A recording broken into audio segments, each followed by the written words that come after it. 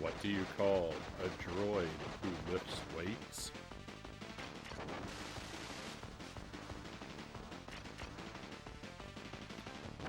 A robot-y builder.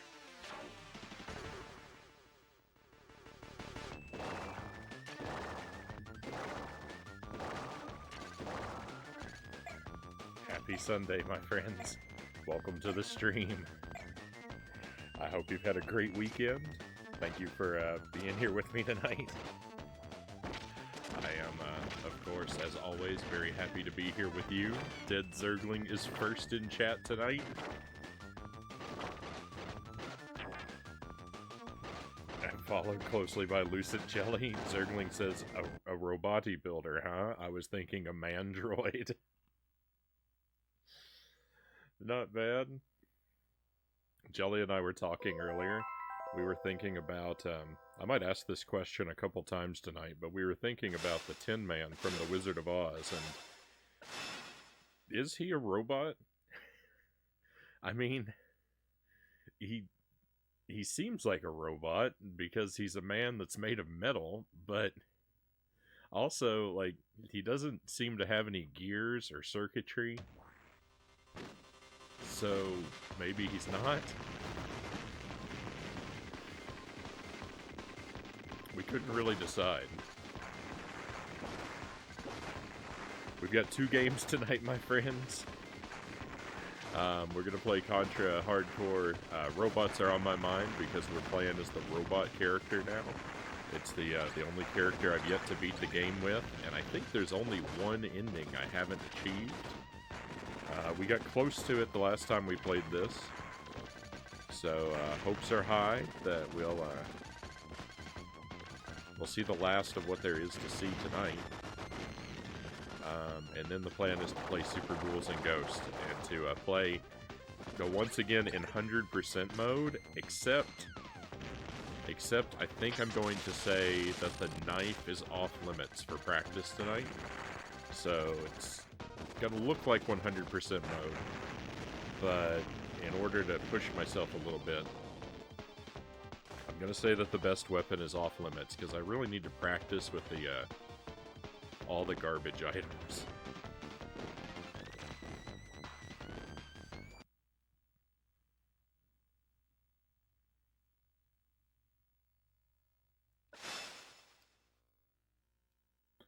And we'll kind of see where that takes us.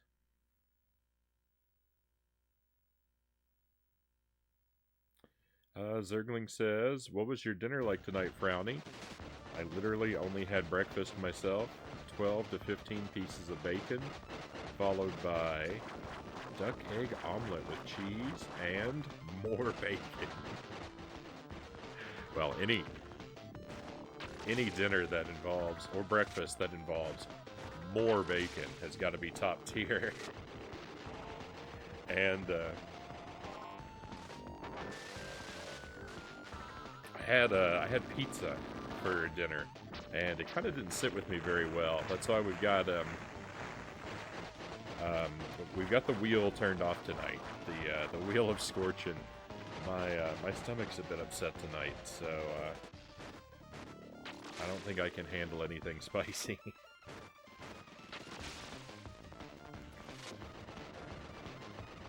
We had some leftover pizza from both Papa John's and Pizza Hut. And I think that's the problem, is I ate some of each. And now they went to war in my stomach. It's like drinking Pepsi and Coke. They can't be mixed. Welcome in, Chozo Brain, Dynamite, and Itarama. Pleasure to have you here, my friends. I hope all 3 of you are doing well. Of course, I'm always going to have some pistachios, though. Thank you for those. Thank you for those, Itty.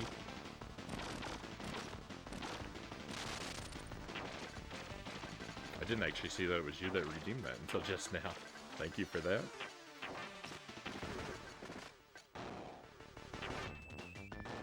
You're refusing retro.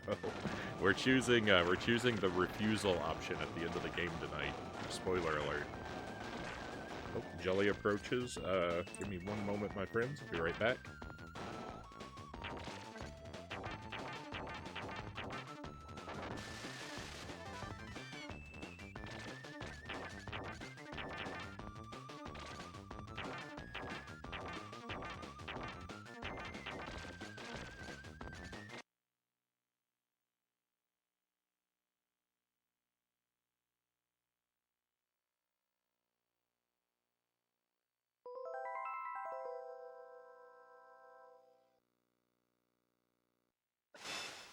Thank you, Jelly. Can't go. Of course, I can't go without my my coffee.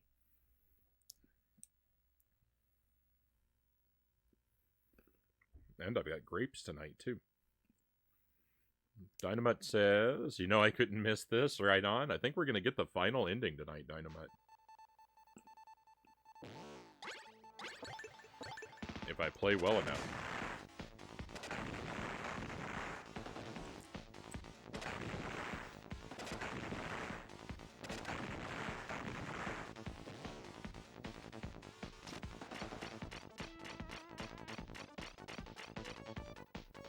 Zergling says, "My stomach wasn't too happy of me going rollerblading after that meal. Was glad I went, though. Did something new at the skate park today. Right on. That sounds very exciting."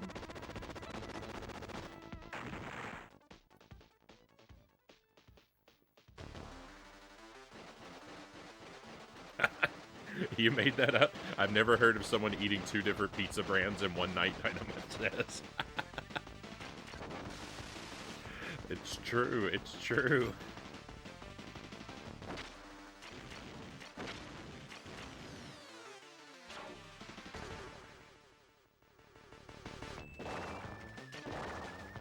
I don't recommend it. Chozo says, "I told a special lady how I feel, so now I'm drinking." Jim Beam and waiting for her to see my message. I hope that it's well received, Chozo.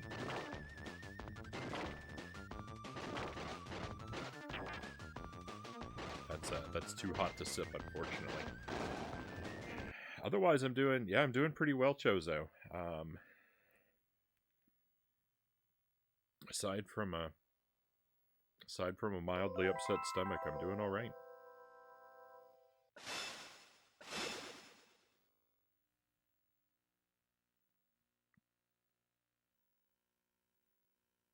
Jelly and I had a good weekend.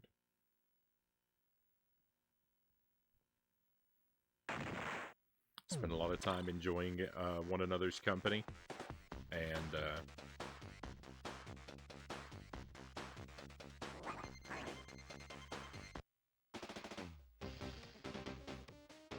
that's about it. There's so much we want to do around the house, but the weather has been very disagreeable. It keeps raining on all of our plans. The robot is easy mode, Dynamite says. Yeah, I don't like the robot all that much.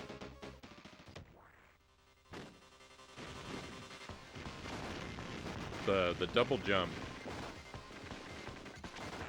seems like it has potential for, yeah, the robot to be easy mode, except all the robot's weapons are terrible.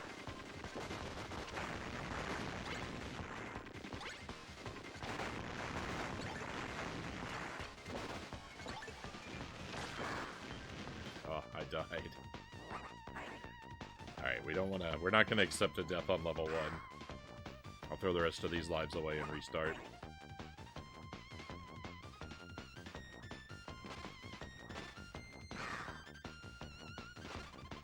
This is why you don't have 2 different pizza brands in one day, Zergling says.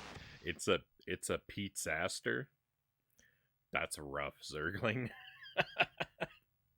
That's a rough pun. Congo, welcome in.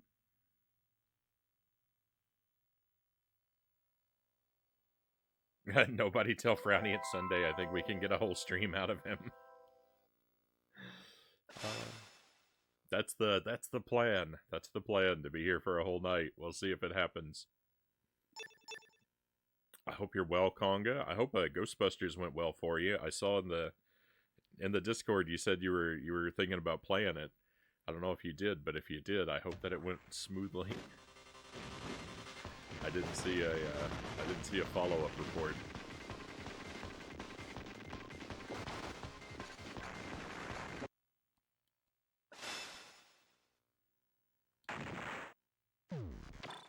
Don't start the puns back up? When did the puns ever stop?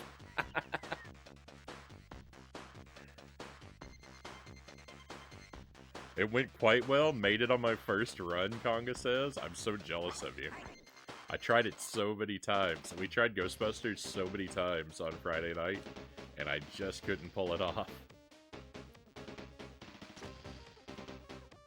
I thought I was going to, but then I just couldn't make enough money to win.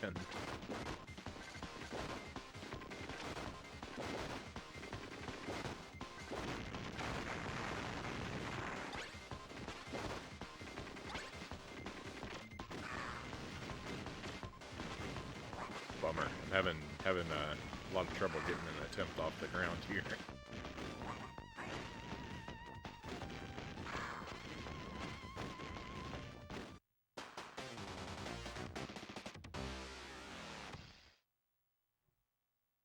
You've spent your life exploring the world, Conga says. I've spent mine mastering Ghostbusters on the Commodore 64.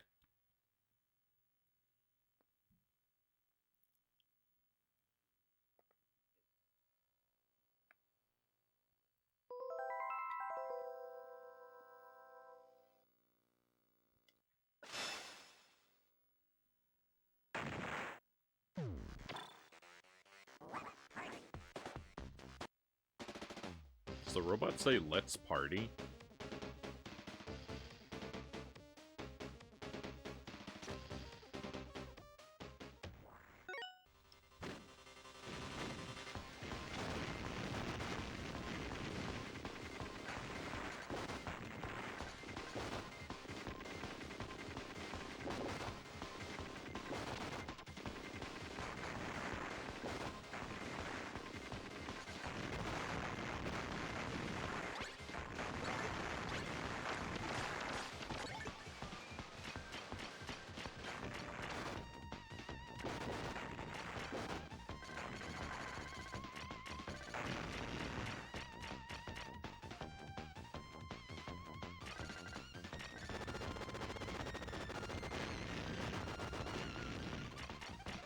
So, well, I'll share my thoughts in a moment.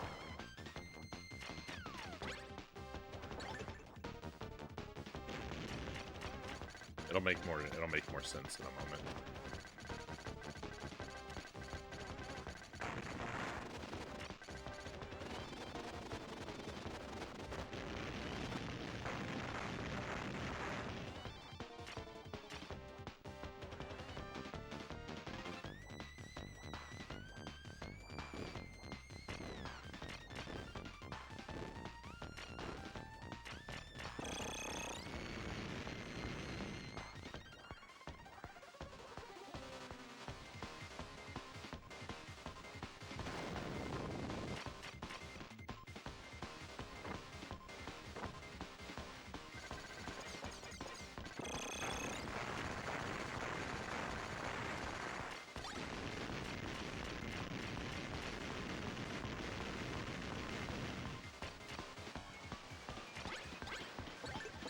Alright, so let's look at the robot's weapons. I really despise the robot's powered up standard shot.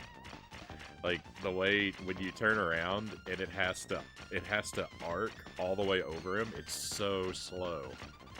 Right? You actually have to stop firing when you turn around if you want to work efficiently. Holding the button gets you into a lot of trouble. So, I really can't stand this. This is an okay weapon. It's kind of weird, and it can leave you without the ability to fire. for periods of time. It's pretty, I believe it's pretty strong against a lot of enemies. So it's not the best, not the worst. It's better than this. The hand is okay. Again, like, it leaves you vulnerable a lot, though. You're dependent on the hand's, like, AI, or whatever it is, to target the enemies, and so it can be very difficult. If you have a lot of enemies coming in from the screen, this is not your friend.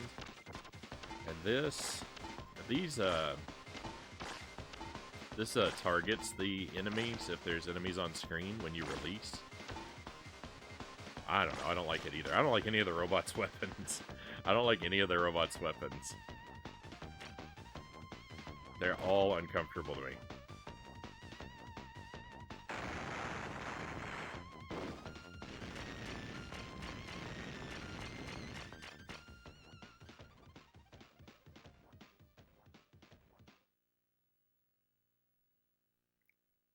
Dynamite says, has to share Boston Bruins had the best NHL record of all time this year. 65 to 12 to 5. And they just lost in first round to the lowest seed. Sorry, I know it's not related to this, but crazy.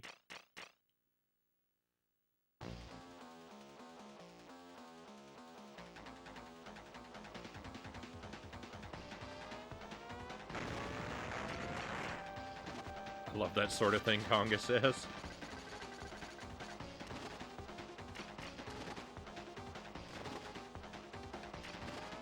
I guess it's an exciting sport where anything can happen.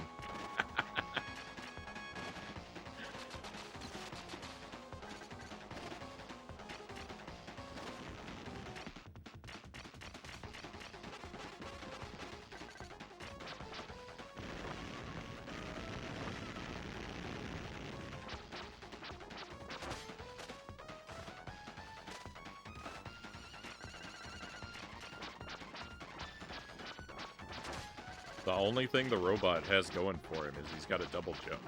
And I love a double jump. But it doesn't make up for all these bogus weapons.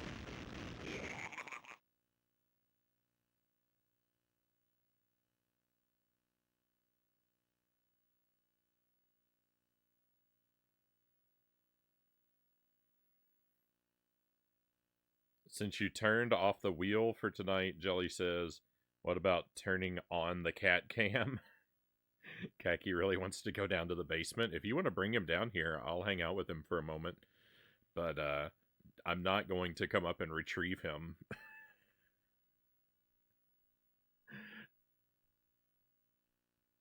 That's very inconvenient. What path are we working on? One moment, my friends.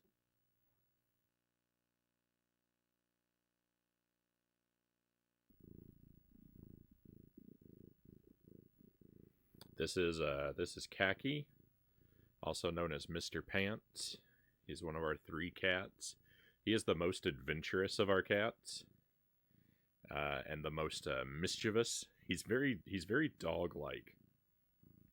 He comes to you when you call him, and like, he doesn't like to be picked up. He likes to be pet while he's standing next to you. He chews and he plays with and chews on a rawhide bone. And he's fearless. Our other 2 cats are cowards. They're afraid of everything. Khaki is afraid of nothing.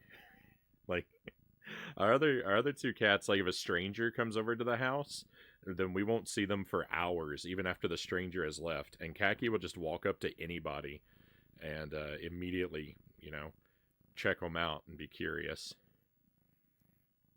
He always wants to come down here, but the basement isn't very safe, so none of our cats are allowed in the basement normally, unless, I'm holding them.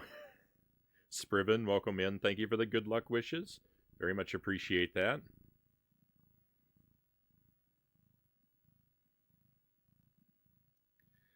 Ricky, welcome in as well. Handsome. He's a big boy.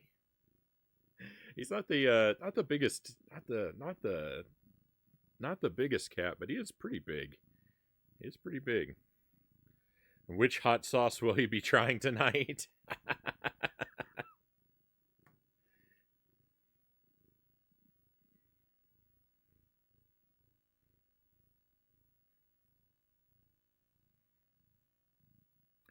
All right, let me hand him back off to Jelly. We'll say goodbye to Mr. Pants. Be right back with you.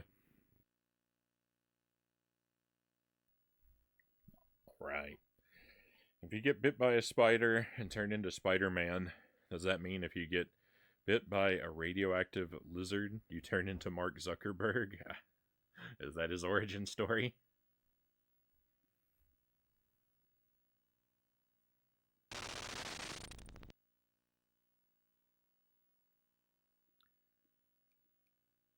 All right, I think the path we're working on, we need to rescue the research center. Oh, wrong button. The buttons are so confusing in this because you have to keep switching between them. Like, to select your character, you have to use the start button. To advance the dialogue, you have to use the B button. To make a choice, when an option pops up, you have to use the C button. It's very weird that you have to use one specific button, like, for each of the different types of menus, when usually all these buttons would be interchangeable. It's very odd. I'm constantly pressing the wrong things.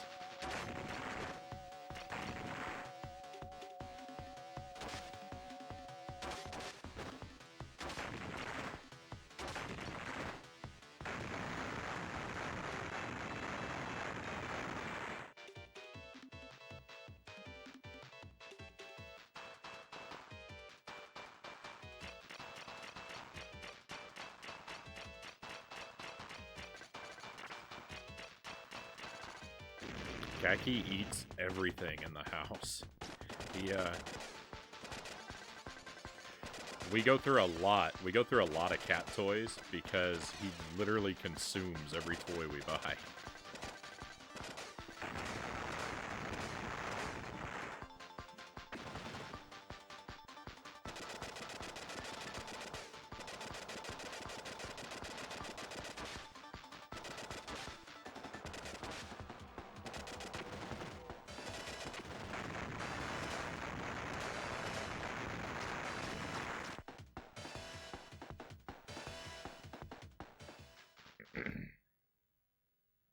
Which 3 final bosses have you beaten then? I've beaten the giant brain. And I've beaten the mother brain in space. And I've beaten the guy with a face on each side of his body.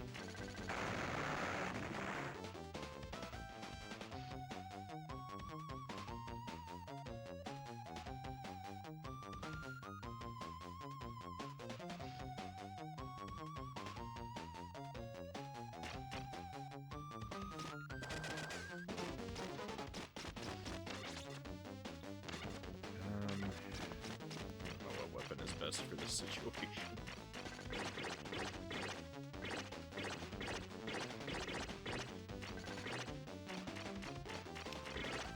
Guess that works.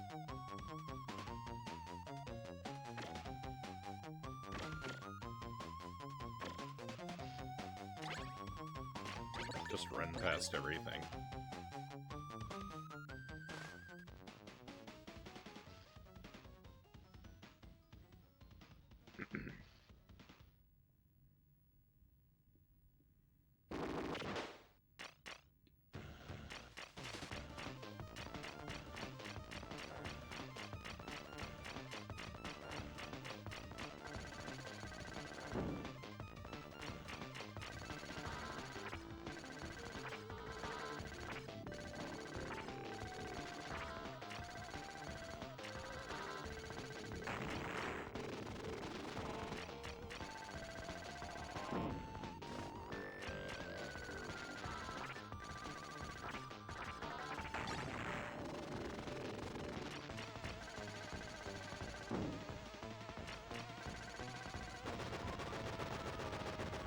Victory.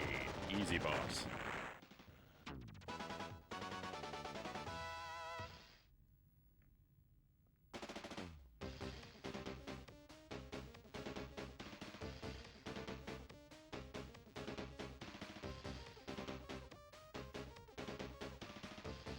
I think my tier list of the 4 characters in this game, from, you know, favorite to least, is Sheena, Ray, Fang, Brownie.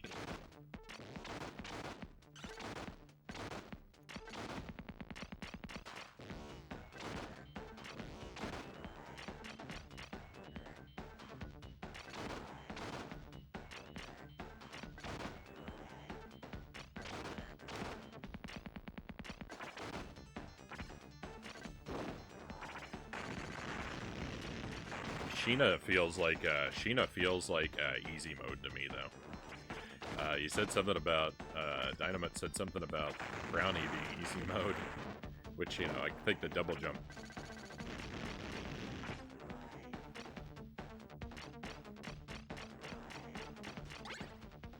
I think the double jump has potential to make a lot of things really easy, but Sheena is like homing weapon. Well, it's not real powerful. Really makes the game feel a lot easier to me.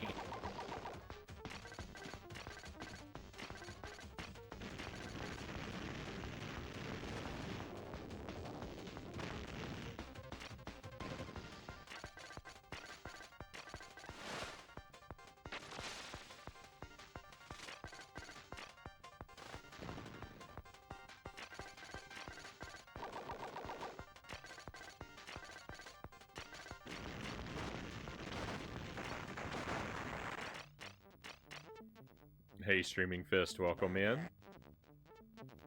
Brownie is indeed easy mode, in my opinion, Streaming Fist says. I find Brownie to be difficult just because I feel like all of his weapons are trash. I don't like any of his weapons.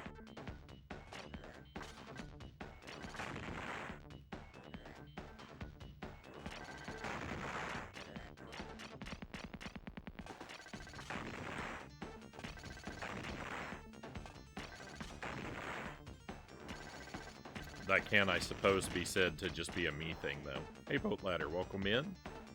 Happy Sunday to you, my friend. Hope you've had a wonderful weekend.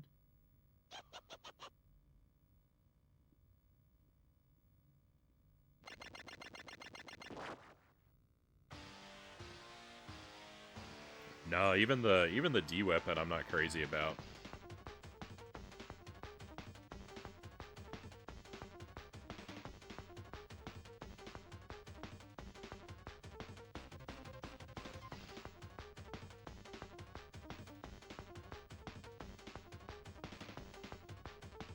There's an in-game hack which I refuse to use. You can immediately charge up Fang's D weapon to do major damage. I never use that weapon.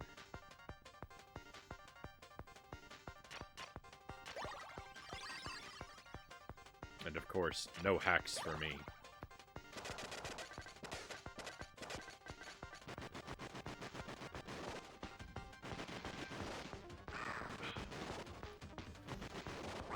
I mean, certainly I get that this, like, has potential to make things pretty easy since it locks on.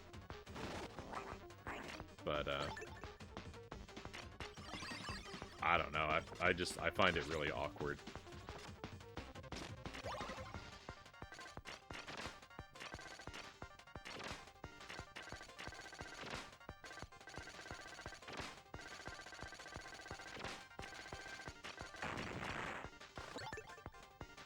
Probably all just me things.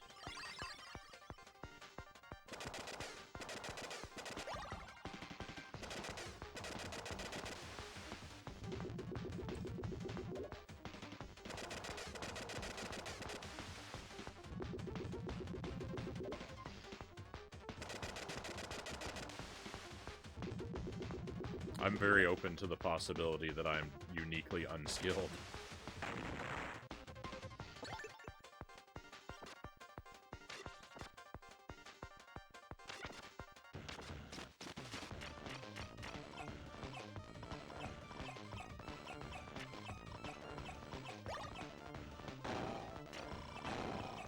I forgot what I do with Frownie. I'm not sure I want you to, you want me to say either.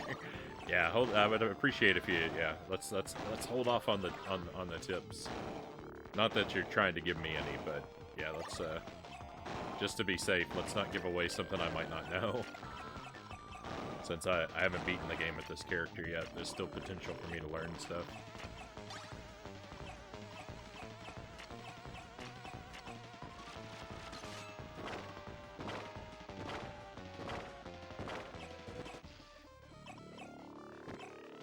This weapon right here, while it's not good for the run and gun combat, I don't think, it is pretty good for the bosses. Like, you know, this is,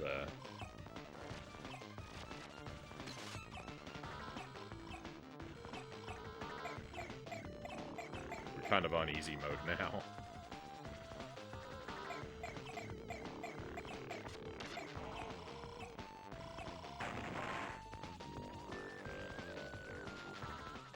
Easy cheesy, Eddie says.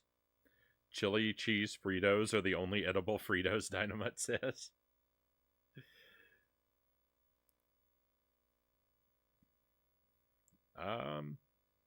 I feel like I used to enjoy the barbecue Fritos. I haven't had them in a very long time. The barbecue Fritos seem to drift in and out of production a lot.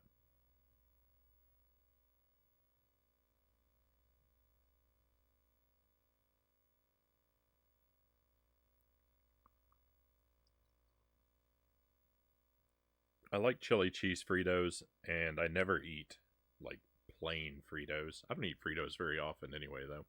Even the chili cheese ones, which would probably be my go-to. I only have, like, I don't know, maybe once a year or so.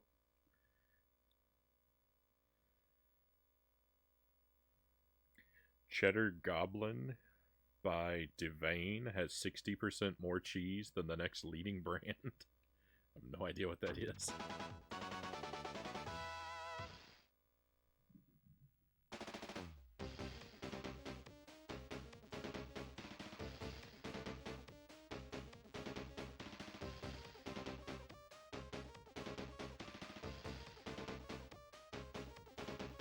A handful of Fritos is like 1,000 calories.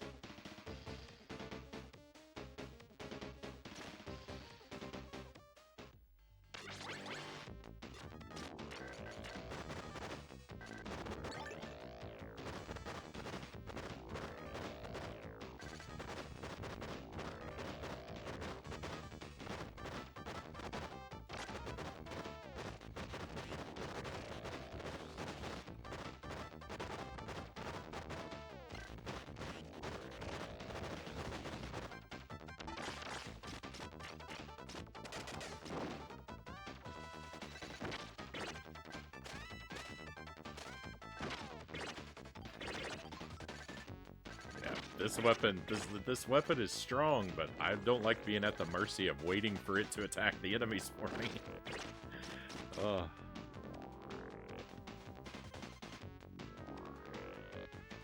If I get those, I'll eat the whole bag and have all the calories I need for the day. Sounds efficient to me.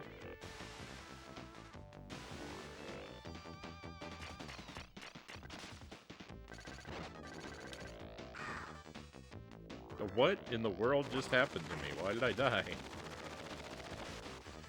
I don't understand how I got so moved over to the side. I was in the middle, I swear.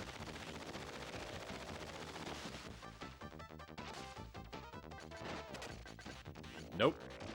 Almost happened again. I get false diagonal reads all the time in this game. That's what it is. I need a Super Nintendo controller.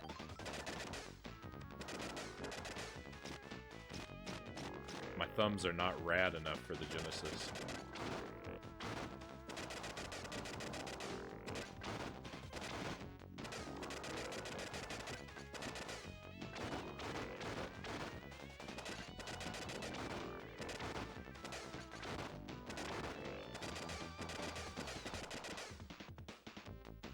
Don't trust this guy anymore.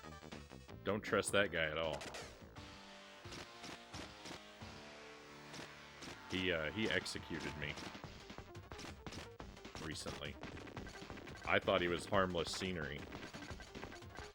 And that's not the case at all.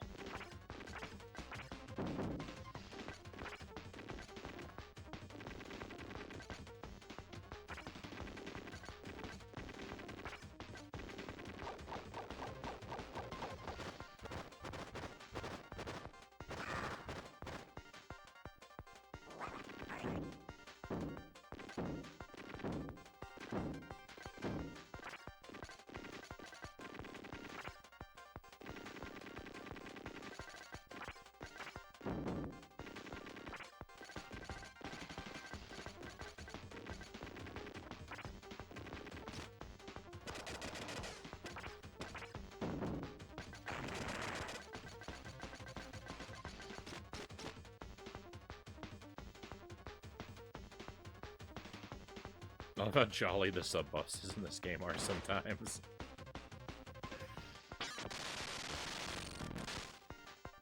There are quite a few that seem to be rather upbeat.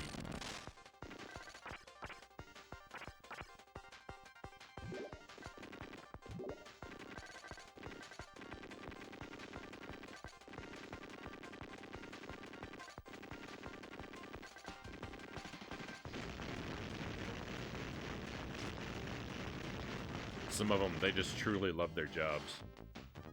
Spoiler alert, the game ends. I don't believe it. I don't believe it. That's a fake spoiler.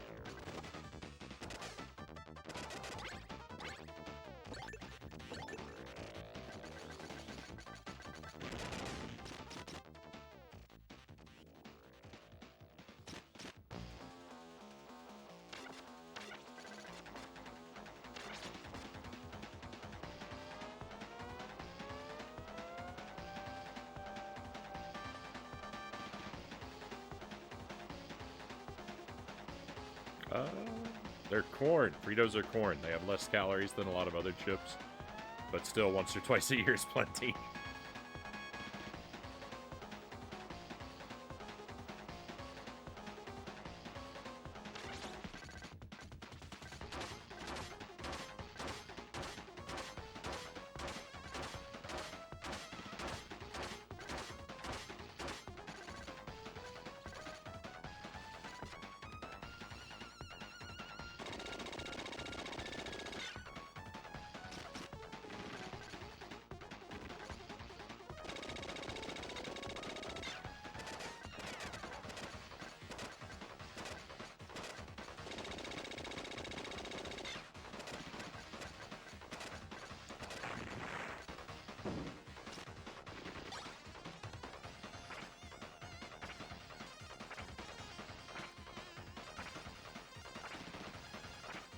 I feel like some of the bosses in this, Konami was trying to show off their graphics, and they came off as looking like wacky moving puppets or something. Yeah.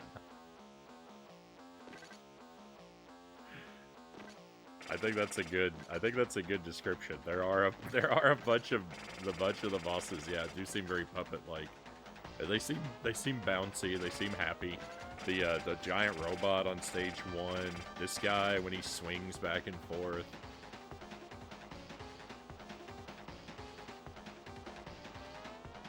The spherical robot that we fought earlier.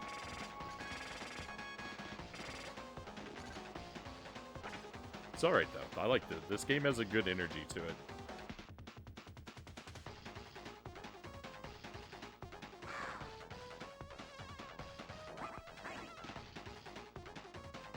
I don't know what's happening to me. Screen's supposed to push me along.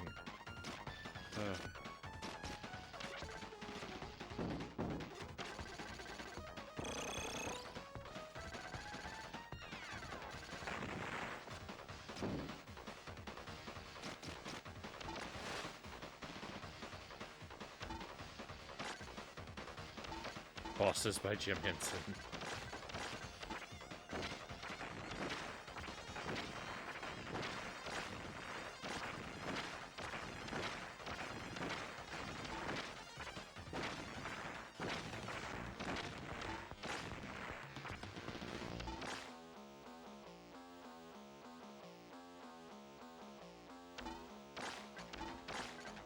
Has anyone ever played a Fraggle Rock video game?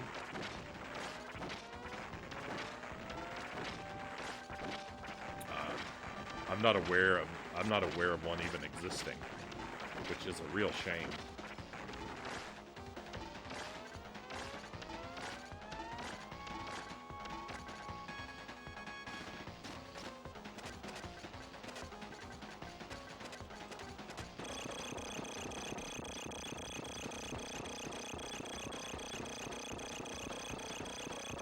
Hey, Buddha Fingers, welcome in. Thank you for the resub, my friend. 17 months. That's almost a year.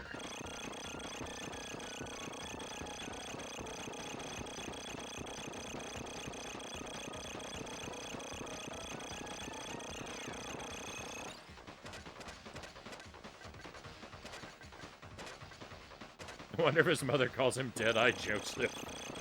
Only when he's in trouble.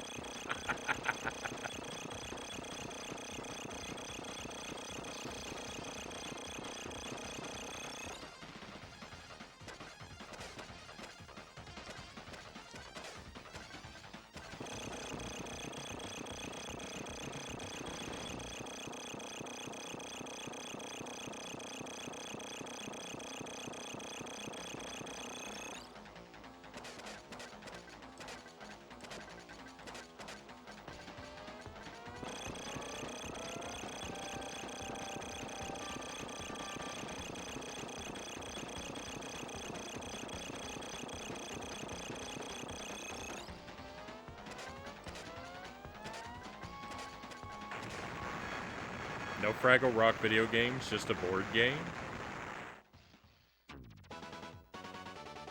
I had to look into that board game. I don't think I've ever checked it out before.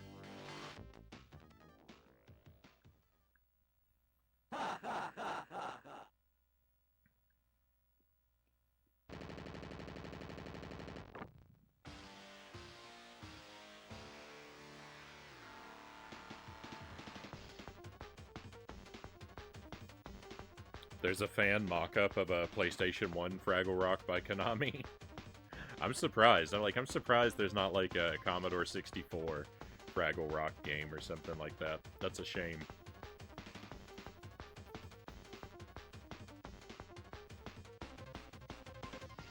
I mean, I don't know what you would do in it.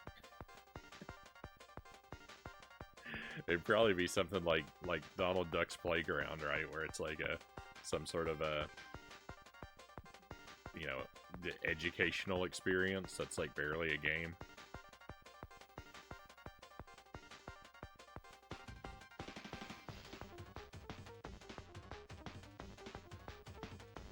Hey, Sir Rack of Lamb, welcome in. Good evening to you.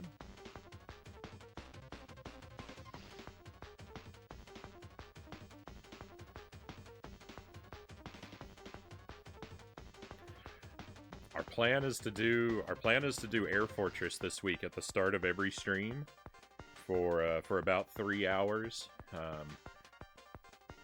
And my goal is to start the stream at 10 p.m. every night this week. And I picked the worst week for it.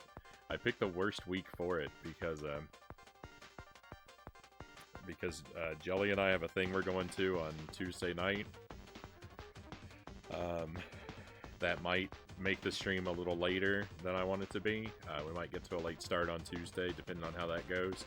And then Friday, I've got some doctor's appointments, so Thursday or Friday streams might be messed up too, so...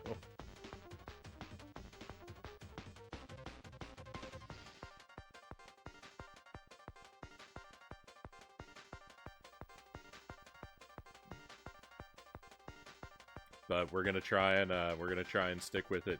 You got a copy of Air Fortress? I did. I got a physical copy of Air Fortress.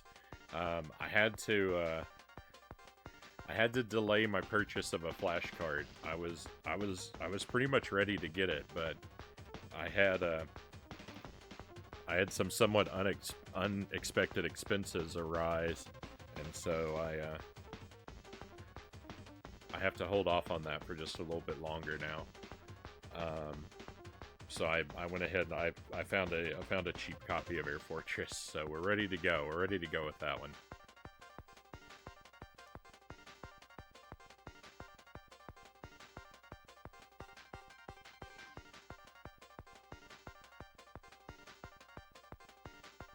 The board game objective is apparently to get a postcard and go to the trash heap. What? Didn't have a lot to go on even for a board game? That's really odd. I wonder...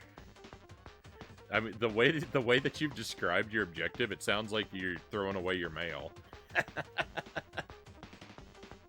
If you're unfamiliar, for those unfamiliar with Fraggle Rock, the trash heap is not a place, it's a character named Marjorie. And Marjorie the trash heap is like a wise oracle. I don't know. The postcards, the Fraggles get a one of them has an uncle who is out exploring the human world, and he sends a postcard back to the Fraggles every episode. Maybe not every episode, but pretty much every episode. They get a postcard from Uncle Traveling Matt. I can't think of an episode where they read one of the postcards to the trash heap, but I'm sure it happens.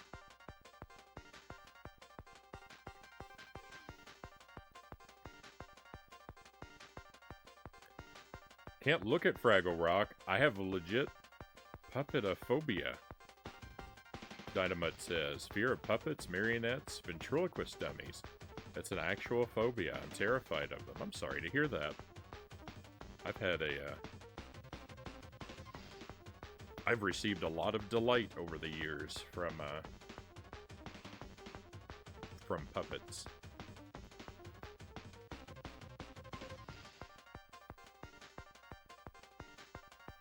Jelly's kind of mildly afraid of puppets, though.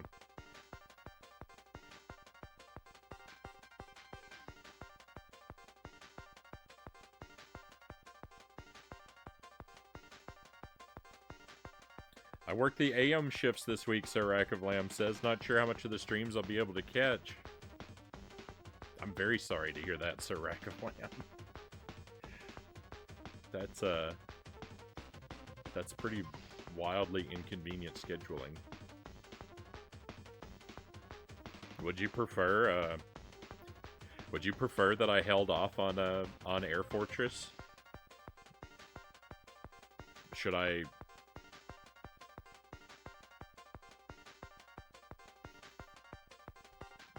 hold off on that and play it next week instead? Would that make it more likely that you'd be able to be in attendance for it? I love Fraggle Rock. I found a 45 record soundtrack in perfect condition a few years ago. Nice. I was a Muppets kid, Scriven says. I enjoyed the Muppets too.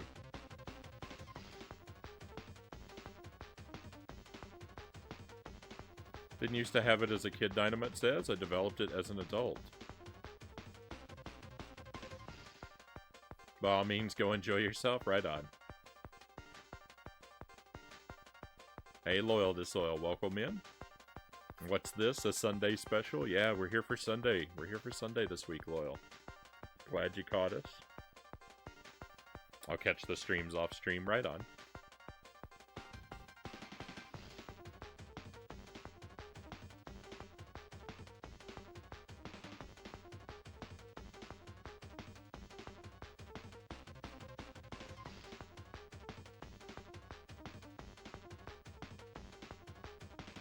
Couldn't remember what I was supposed to do.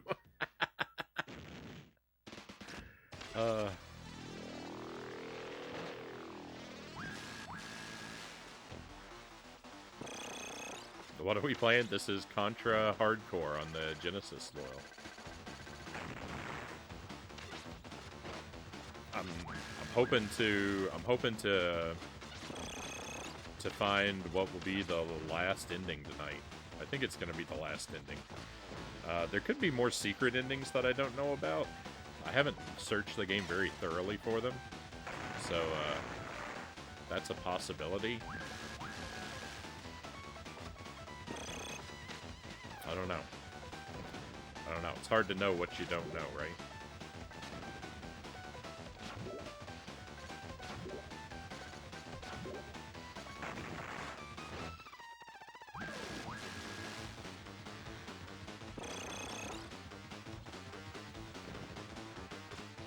Oh no!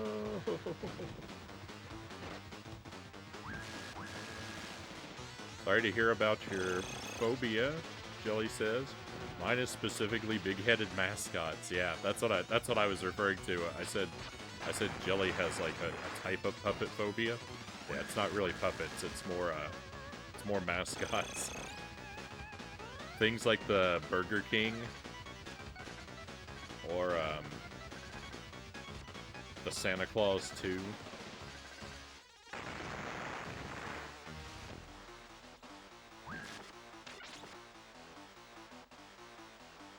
I can understand that one too, Dynamite says. Buddhafinger says, I really like Air Fortress. Thanks for getting him into it, Sir Rack of Lamb. Yeah, Sir Rack of Lamb was actually streaming Air Fortress a while back.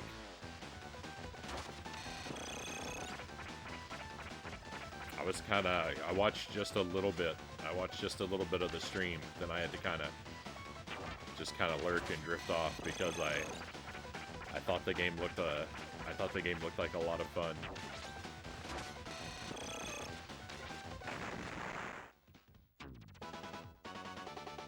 And then Sir Rack of Lamb challenged me to defeat the game and the new game plus of Air Fortress, and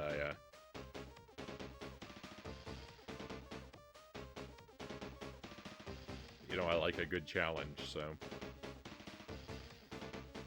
we're gonna see if I can do it.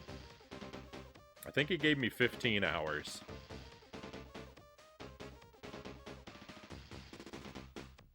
I believe was the stipulation. If I'm wrong, please correct me.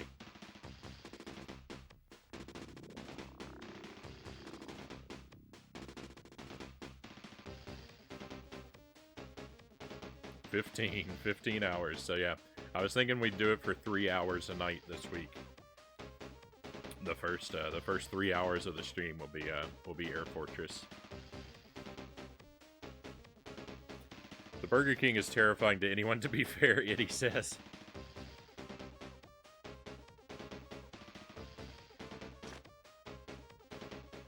You're not wrong.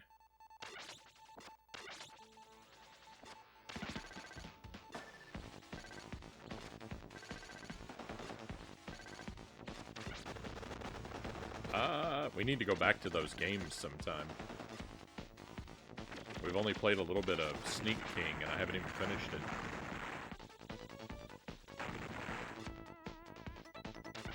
I've got all 3 of them to go through.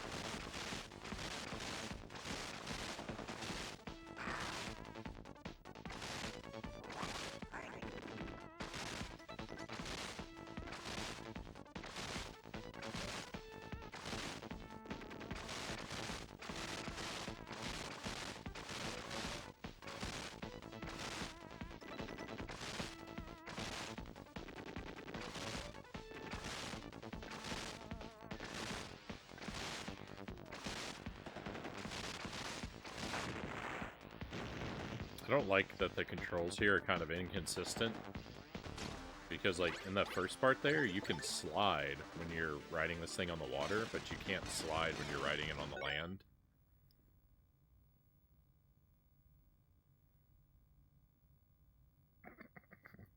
How many hours in before Frownie starts calling it Not Fair Fortress? We'll see how it goes. The normal stuff like fear of spiders or something is nothing to me, Dynamite says. I actually try to gently remove one from the house in lieu of killing it. Spiders, I'm not terrified of spiders, but they do put me mildly on edge. I'm probably considerably less bold in that regard than you, though I rarely run screaming from them. But I completely understand irrational fears, right? I'm terrified of most condiments, so I know what it's like. I know what it's like. So Rack of Lamb predicts 6 hours in.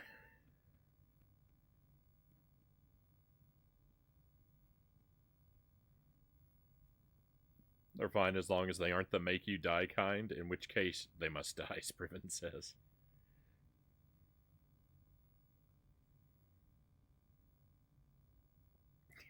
Spiders kill things that enter their domain. If a spider enters my domain, it also dies. Live by the sword and all that, Buddhafinger says.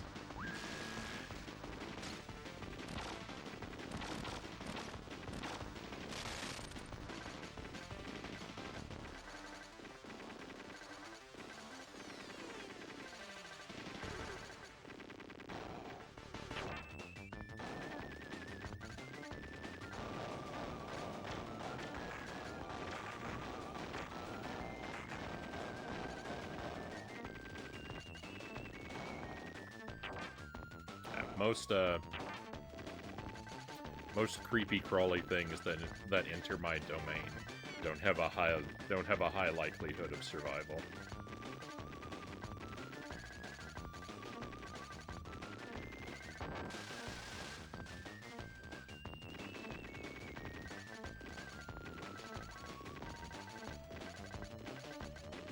The sky in this level looks great. It does. It does. It's a very good looking level. This boss here is out of control. It's like, it does so much stuff.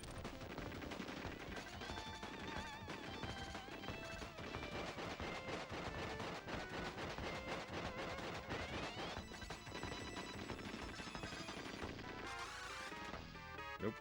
I was trying to slide.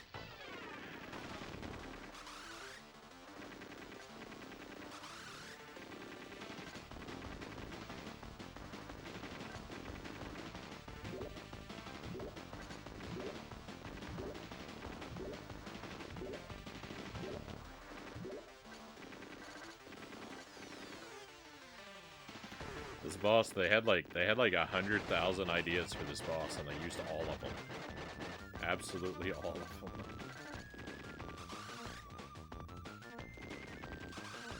Which is not bad, but it certainly takes a while to learn. Like, I'm still not even sure that I've seen everything it can do, even.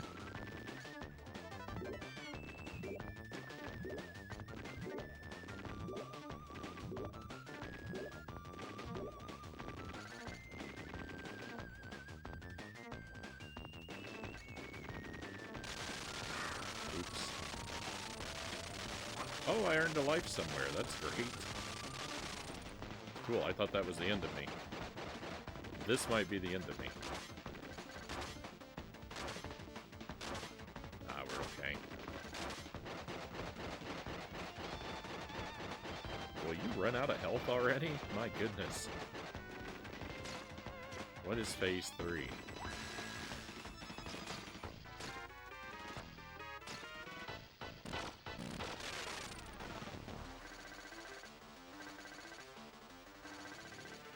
Yeah, I don't remember. I've only seen this phase once, so yeah, I forgot how that worked. Bummer.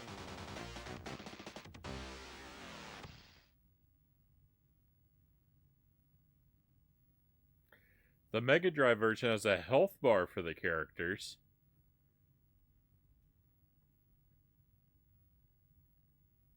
For the enemies or the player character? This is on Genesis, Loyal.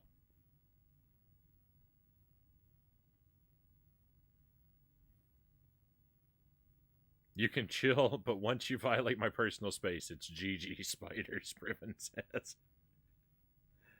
The players? So you don't die in one hit? That's absurd. Contra Adventures like that. You have a health bar in that game. You need a health bar in that game. It's not one hit death.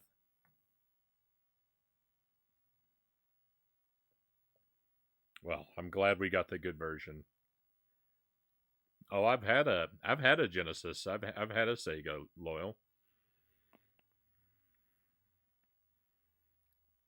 We don't play it as often as we play Nintendo stuff, but we've done a handful of Genesis games here and there.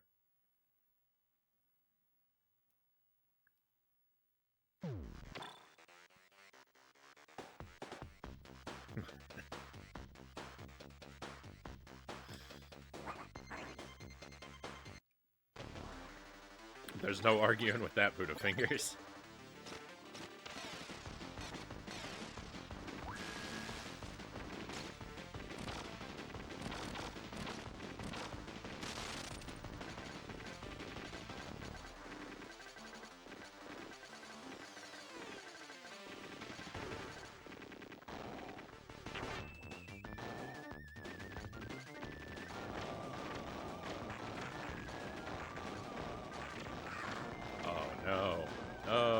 A life early to something dumb. I lost a second life to something dumb. I keep trying to slide.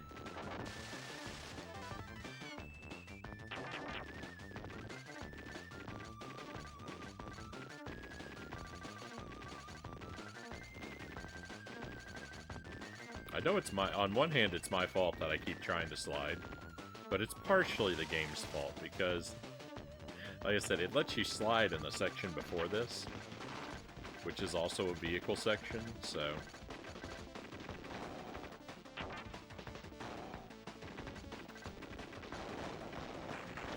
The inconsistency.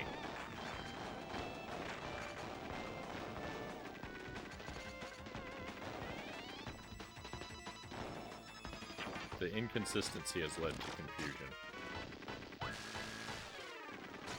Didn't know you had a Sega. Yeah. We've done Castlevania Bloodlines. We've done a lot of the Sonic games.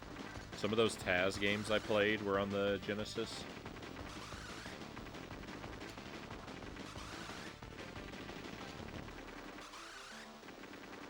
We've probably done like, maybe 10 or 15 Genesis games on the stream.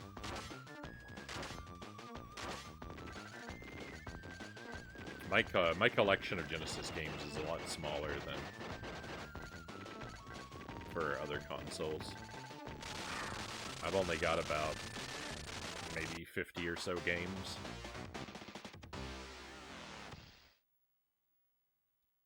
Alright, that was a terrible that makes me happy. Well, I'm happy to hear it, Loyal.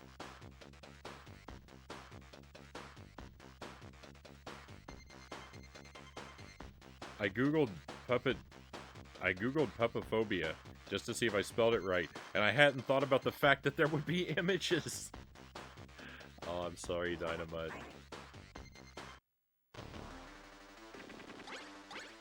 That sounds like the kind of mistake I would make. 50 or so games. I have 10 maybe, Loyal says.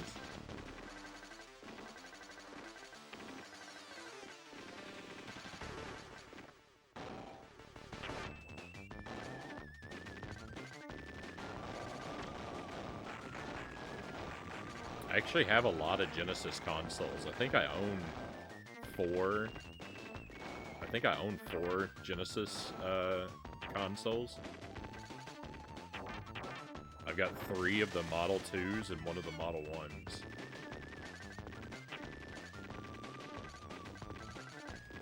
There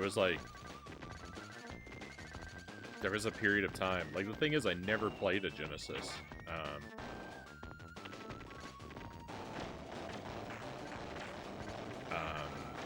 Like, I mean, like, a little bit. But my Genesis experience was extremely limited. And then even, like, when I started buying the consoles, just because I would find them cheap. Like, there was a while where I was, like, finding them. You know, I ended up with a lot of Genesises because I just kept finding them for, like, dirt cheap. This was all ages ago. Like, when I was in college, I kept coming across the consoles, so I just kept buying them. But I never played them. I don't even know if the other ones I have, I don't even know if they work. I've never used them. I've only ever used the one that we used for the stream.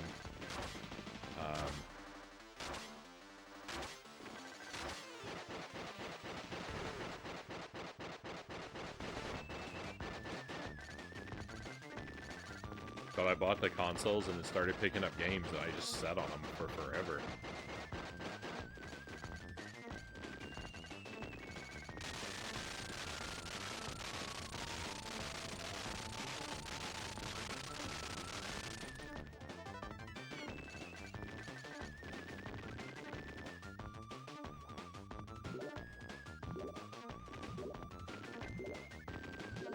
It's hard to pluralize Genesises.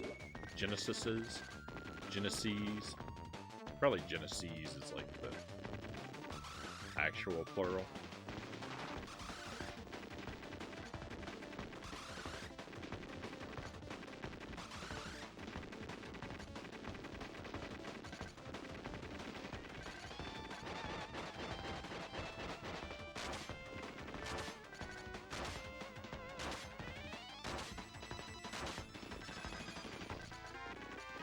Genesodes. Had like 2 when I was a kid, Scriven says. 2 consoles or 2 games?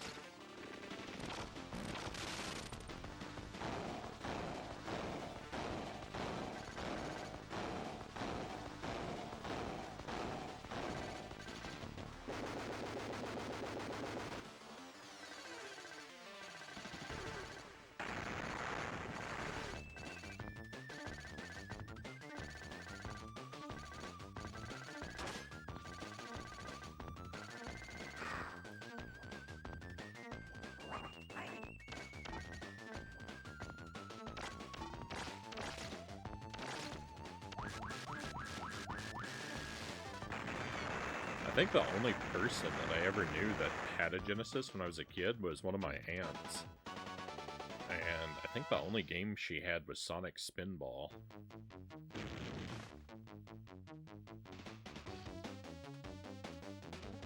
Genesi.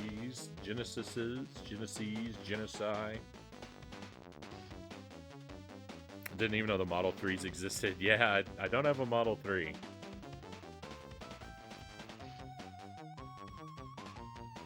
Oh, I had A2. I had the Genesis Model 2. Right on. Oh, Demon Fighter, welcome in. Great to have you here.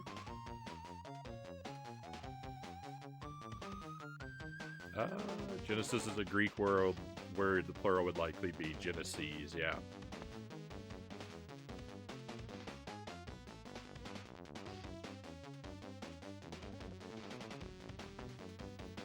How many ants did you have? A lot. I've got like 10 ants.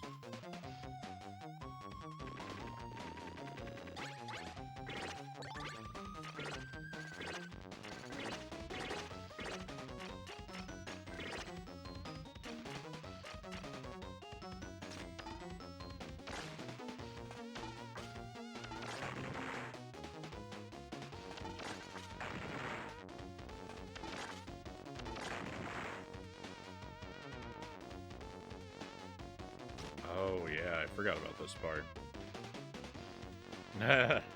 10 isn't very many. 10,000 is more normal. I was thinking you'd spelled it like that on purpose. I was waiting for the joke.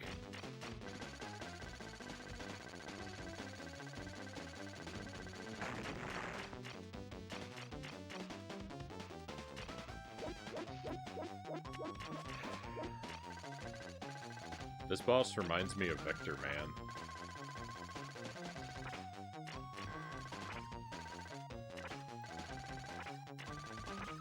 Particularly this move here. There's a boss. It doesn't look like this, but I believe it moves like that in Vector Man.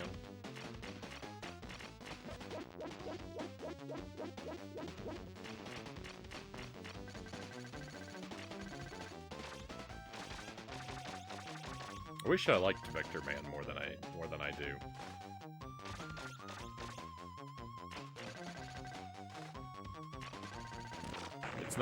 It's not awful, but I don't love it.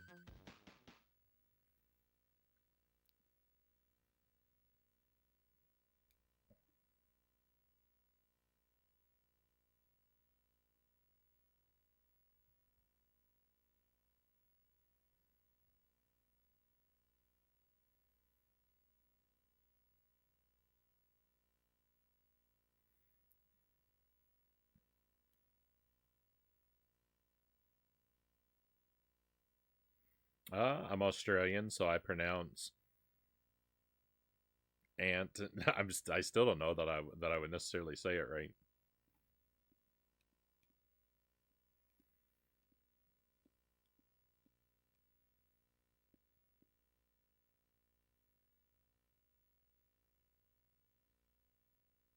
We already did the agree option.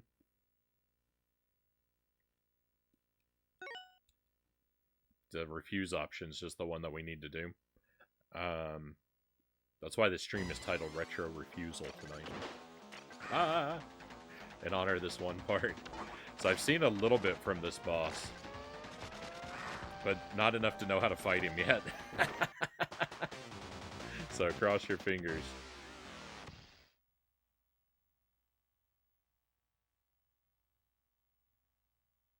A Cuphead reference to that? Oh, there is a spoiler alert. There is a choice like that at the end of Cuphead.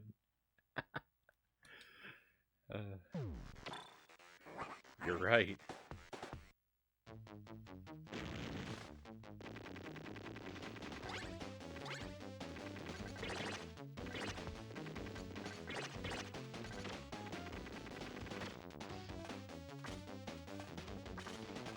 That bullet, I'm glad that bullet phased out.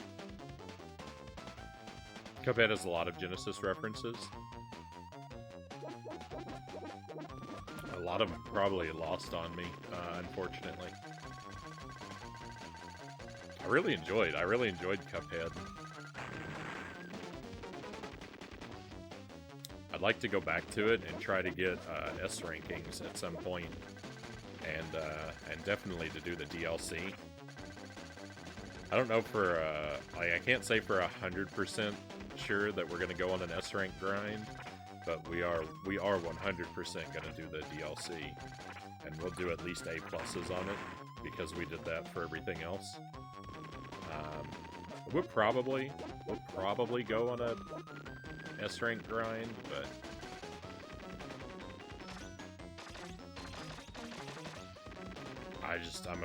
the concern is it's going to take a lot of time.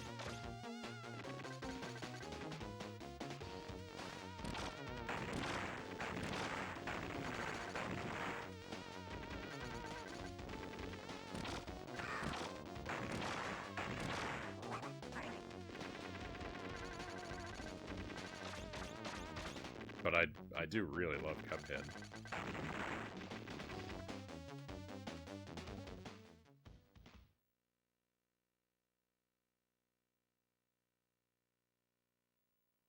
The King Dice fight is almost pulled straight from Gunstar Heroes. I haven't played that one.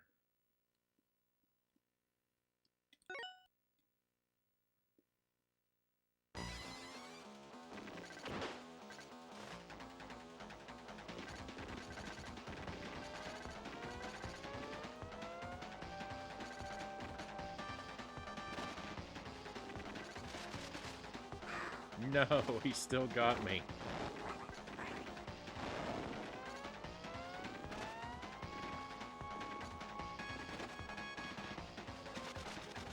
No, there's just so much he can do. I'm having a rough time learning his you know, his move set.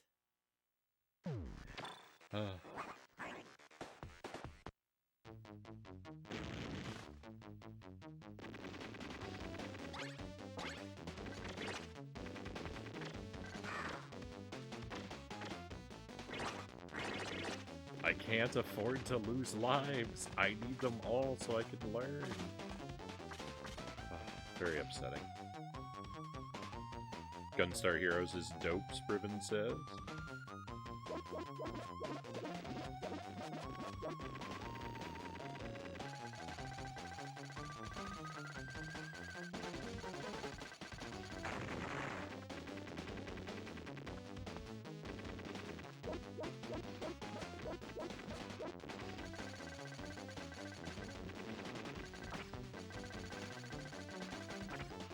I need to do a King Dice fight where you purposely select every boss and defeat them in one go.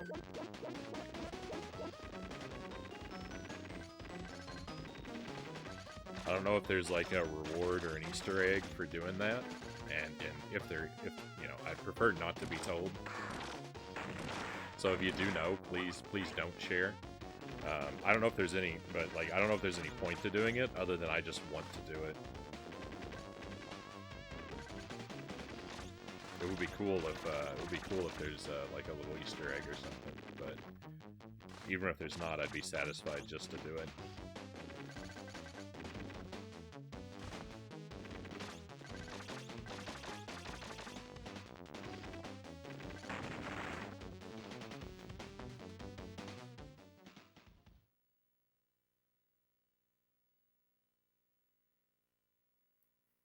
I gotta hand it to that boss. He really has a hold on my attention. Such gripping attacks. Buddhafinger says, right on.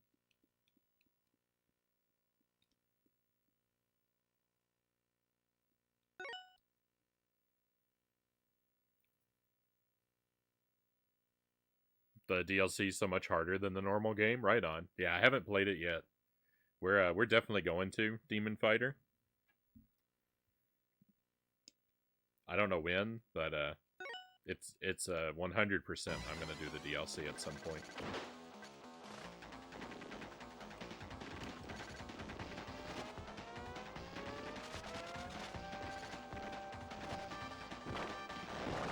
No.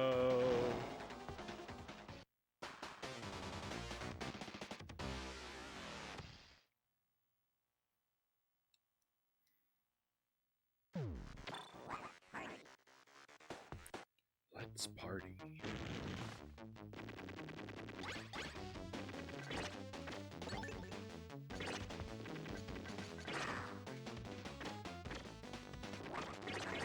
That enemy has too much health. There's something wrong with that enemy. He's glitched. He's got like double health of the other enemies.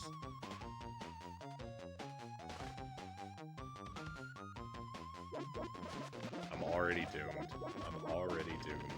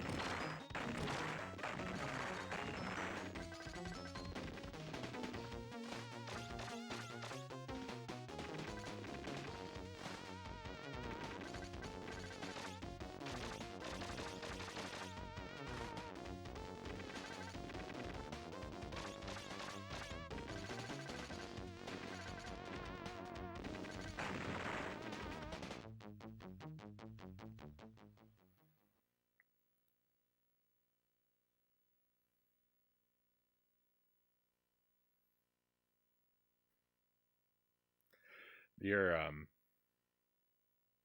your pun about the grips Butterfingers made me think of there's a bit from a Sesame Street episode that I used to have on a VHS tape when I was a kid, and it was this guy who was singing "You Really Got a Hold on Me," but it was like the letter U, and there's a U puppet that keeps wrapping itself around him, and he can't get away from it. I always found it very disturbing when I was a kid. Hey, welcome to the stream, and thank you for the follow, my new friend. Pleasure to have you on board with us. I hope you're having a wonderful evening.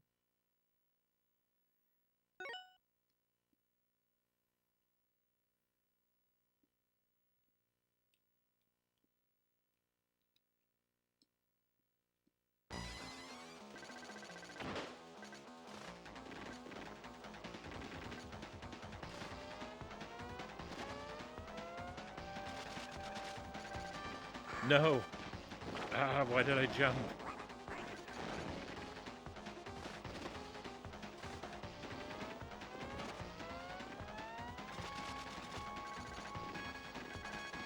No! I was expecting a big jump from him. I can't complain about this boss fight. It's a good, I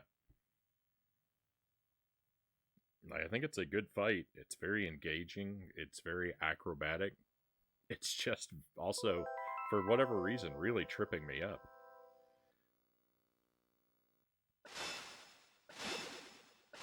Straight up nightmare stuff. You're just describing Dynamite says, yeah, I 100% would not recommend watching it, Dynamite.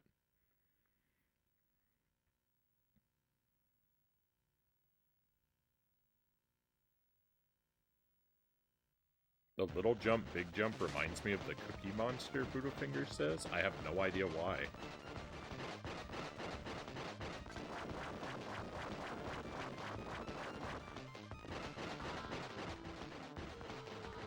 Alright, well, from the top.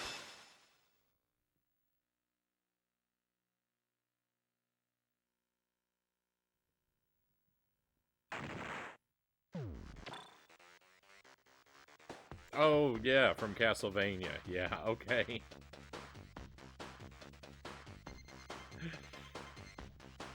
Yeah.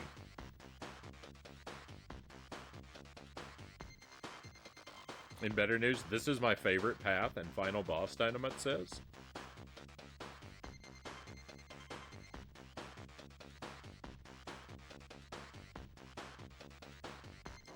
I don't know what my favorite path is yet.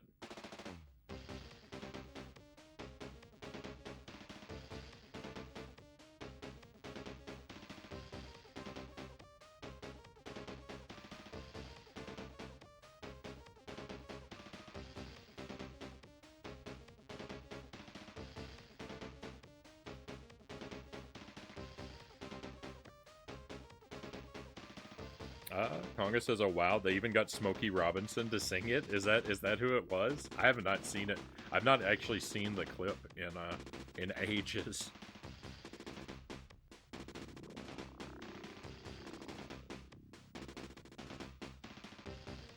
Marrying an ape, Buddhafinger says, top ending of all time.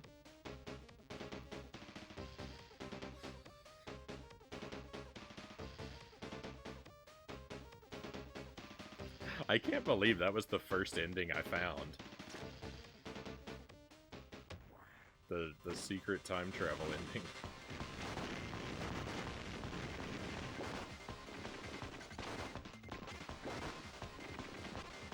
I wonder how many people who play this find that as their very first ending.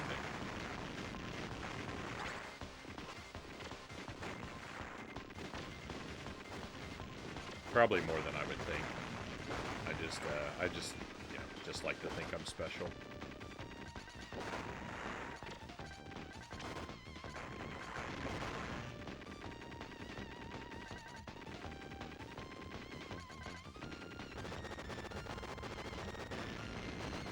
I can't believe that's what was behind the shady top hat man.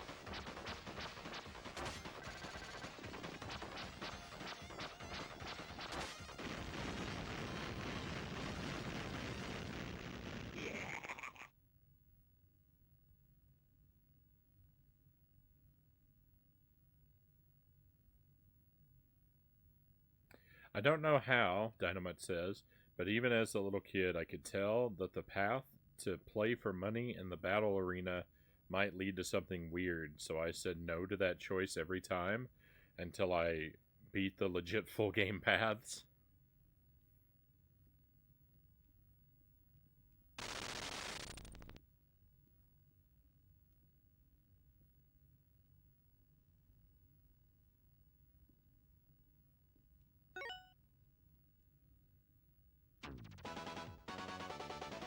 I think I could tell when I found it that it was. I think I could tell when I found it that it was something that was going off the rails.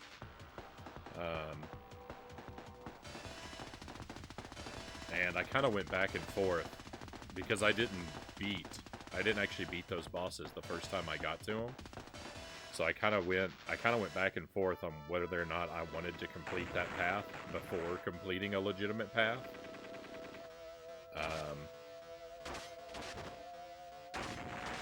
But I believe, like, after I died there, I game overed, and I believe I said that I wasn't going to go back up there, and then I ended up doing it anyway.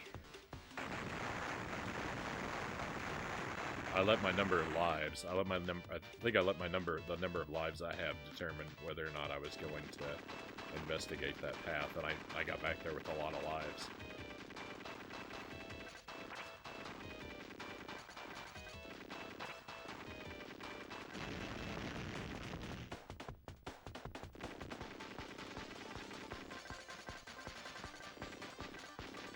It definitely seemed like something was up with it, but I don't think I expected it to lead to an ending. But then again, I don't know what I expected out of it. Could have been anything, right?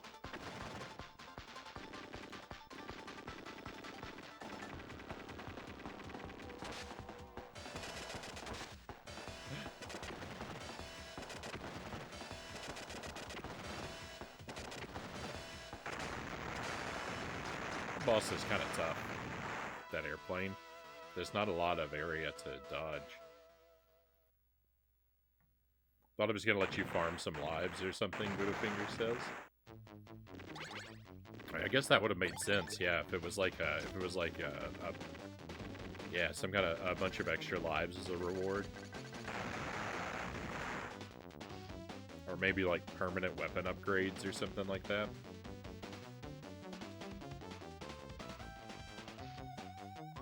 Those could have been, those kind of things could have had potential.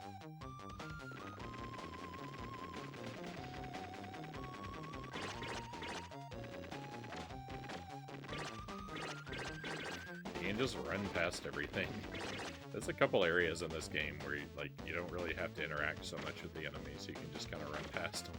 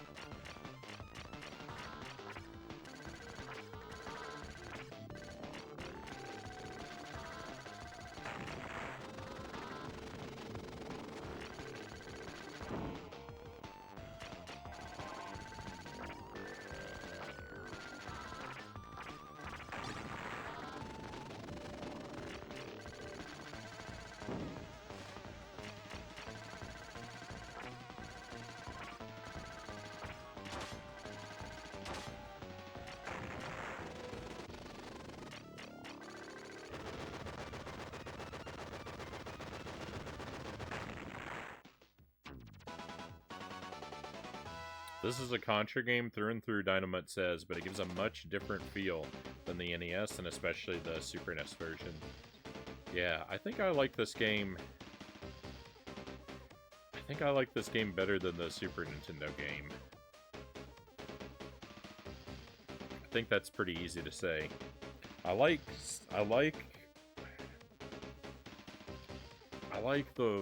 a lot of the things about the way the Super Nintendo game controls better than the way this game controls. But pound for pound, I like this. I think I like this game a lot better. The NES Contras are still my favorite Contras. But this is good stuff. This game is really good stuff.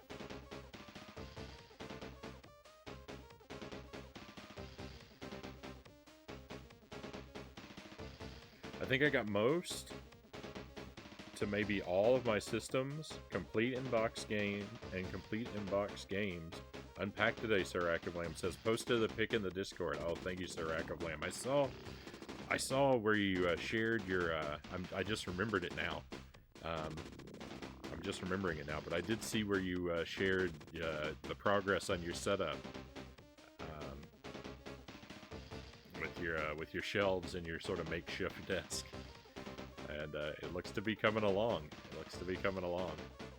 So thank you for sharing. You've got a wildly impressive collection.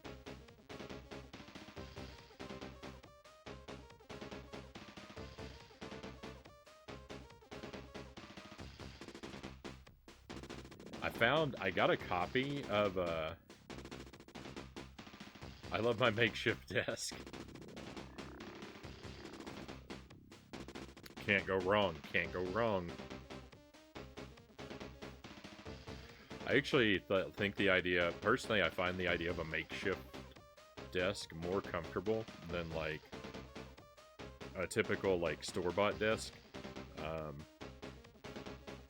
I'm a pretty tall guy, and so like I like to have a desk that's really high up, and it seems like, I don't know, like anytime I'm out and about and like in a secondhand mart or something like that, like any desks that I come across, they always seem to be way too low for my liking. Way too low for me to be comfortable at them. I don't really like a lot of like dinner tables because they always sit way too low for me. The dinner table that Jelly and I have is actually a really tall dinner table. It's like half a foot higher than like any other table I've ever sat at. Jelly can't stand it. She hates it. But I love it.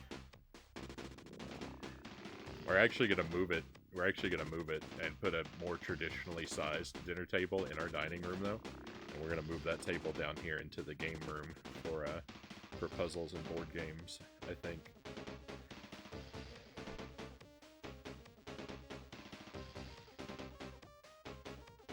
The desk is a door from a rehab store. Cost me $5. Very nice, Sir Rack of Lamb. Dynamite says the first Contra, just like the first Castlevania, is the best of each series. It's close though, given some of their competition. I actually like Super C more than the original Contra. I love Super C on the NES. That's my favorite Contra game. Contra 1's hard to beat though. It's so good. Castlevania 1 is my favorite Castlevania. Though, I love Castlevania. I love Castlevania 1. I love Castlevania 64, and I love Castlevania Bloodlines. I think those are my favorites out of the series, but I haven't played them all, and even the ones I've played, I haven't played a whole lot, so... These opinions are definitely subject to a potential change.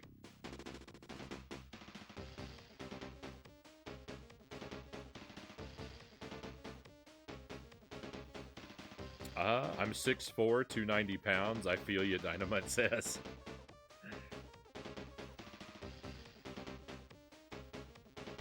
From the floor to the top of the desk is 29 inches. I'm not sure how tall the table is, actually, for reference.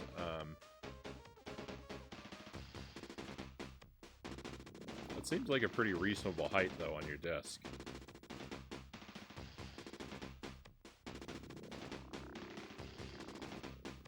Portrait of Ruin is my favorite Castlevania. Welcome in Greg's Retro channel. Good to have you here. Portrait of Ruin I haven't played yet. My favorite Metroidvania style game is Order of Ecclesia, though.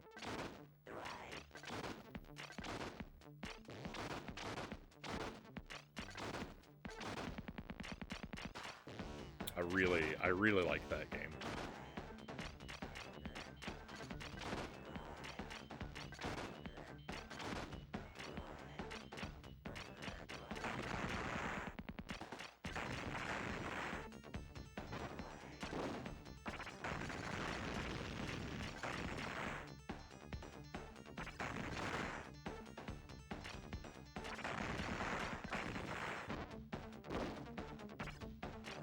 What's going on? I got lucky there.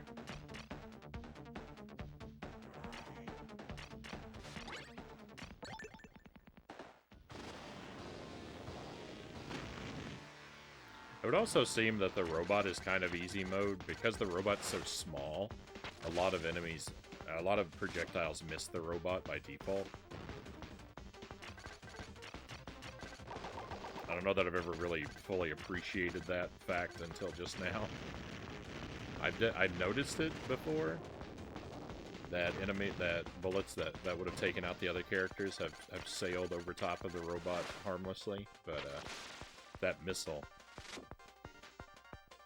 going over me just now really made me like fully appreciate how much smaller the robot is.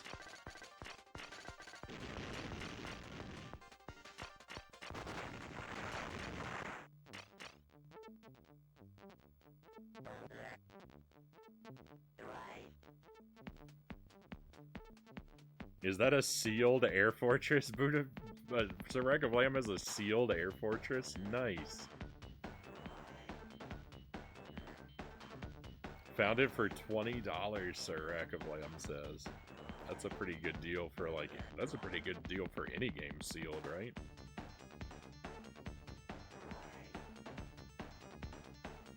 I think it's about 2 inches taller than a quote-unquote normal desk, Serac of Lamb says. I'm not very good with, like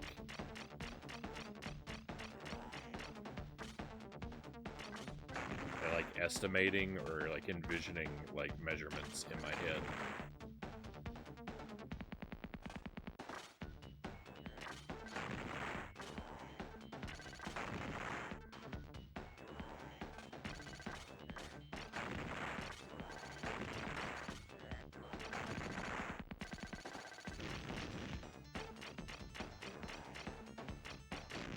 Never got that far in Ecclesia, Greg says.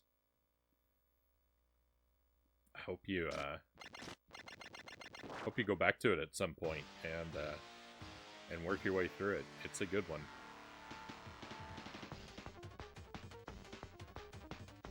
Air Fortress goes for about 110 sealed now. Wow.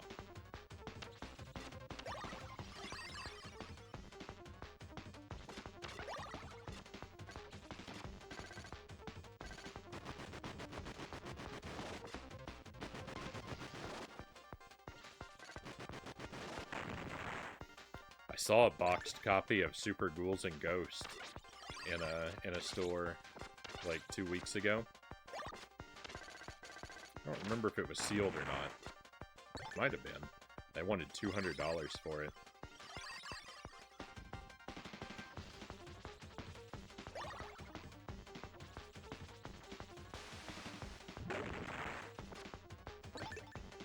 I don't even know, like...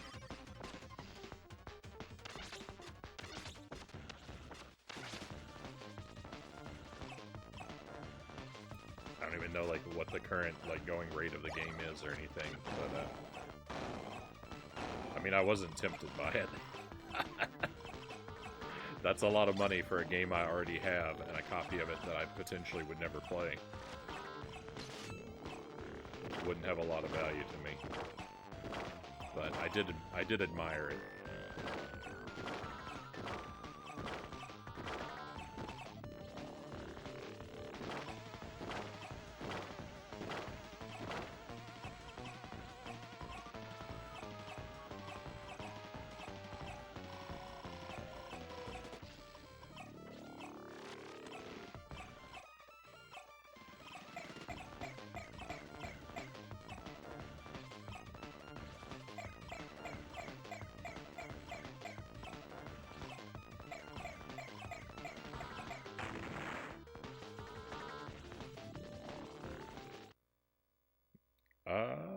For now, I'd have to emulate it though, since I don't have a DS. Did I mean, I don't want to pry, but that's surprising to me that you would say that.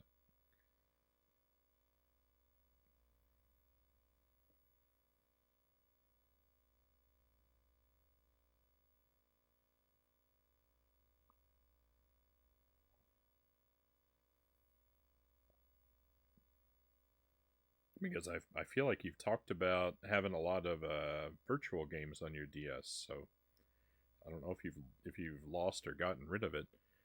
Um, but I hope the situation is okay. Super Ghouls and Ghosts goes for about 30 loose.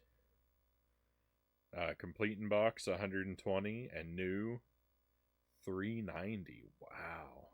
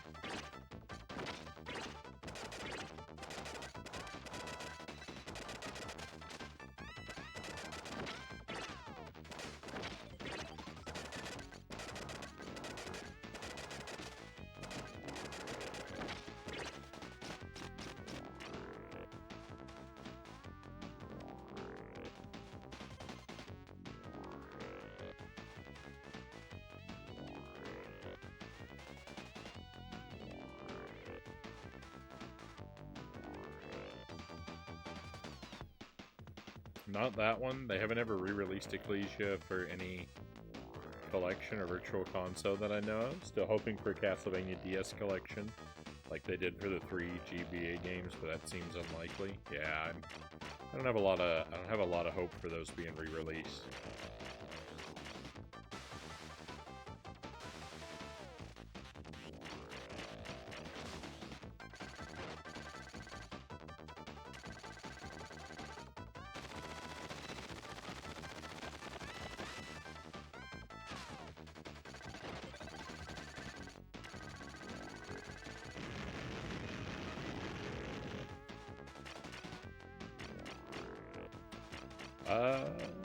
So if that was a sealed copy, 200 would have been a great deal. Yeah, I don't actually know. A lot of their games were in, their box games were in, like, those, like, thin acrylic cases. So, I don't know if it was... I didn't actually pay attention to whether or not it was sealed. I mean, because I wasn't thinking about buying it anyway. $200 might be a great deal, but I'm very practical in my gaming. It wouldn't really be a great deal for me because it wouldn't be useful to me.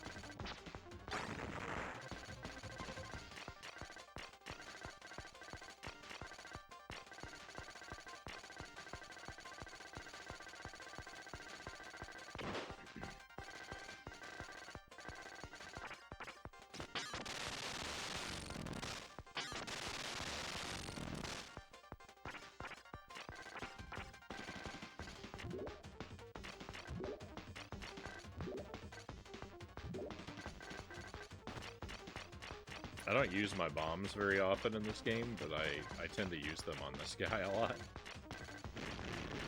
I don't even feel like they help a whole lot. Don't get me wrong, I'd pass on it unless I knew I had a buyer lined up. So very few games I'll pay good money for. Yeah, yeah. I mean, there's nothing wrong with collecting, you know, sealed games either, and being into that kind of thing. If I had, you know, tons and tons of disposable money, then I might be tempted to buy things like that myself, but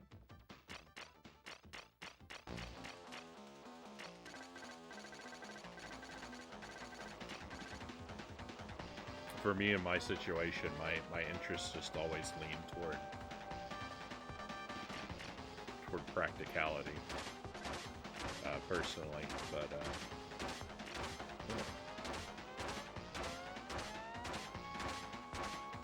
I still kind of admire nice things, and there's nothing wrong with having them.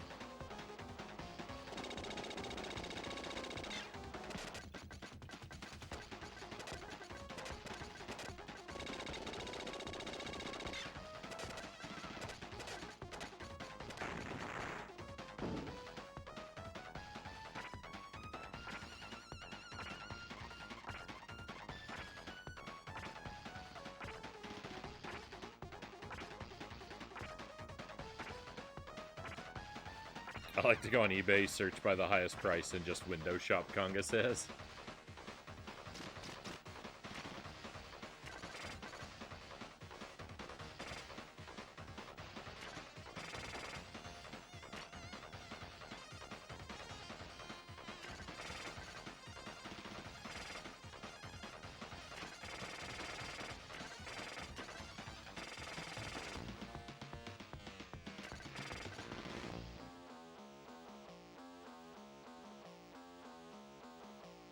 I think the only game I have sealed is Killer Instinct on the Super Nintendo.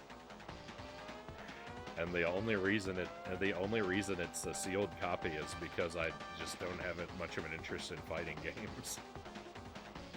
So I've never bothered to open it.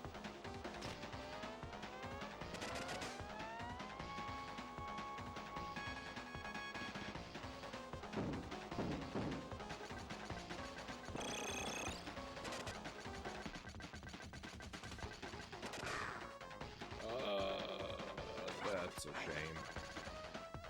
I think that's my first death of this attempt. Pretty far to make it on a single life.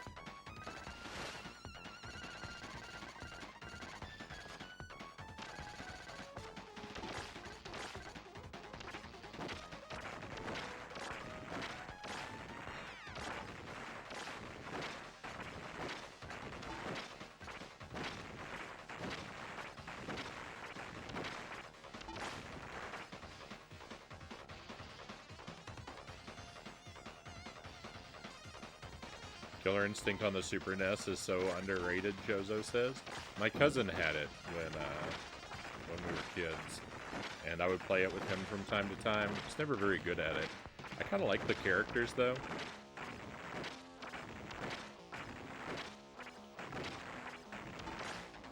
I like Cinder and Glacius.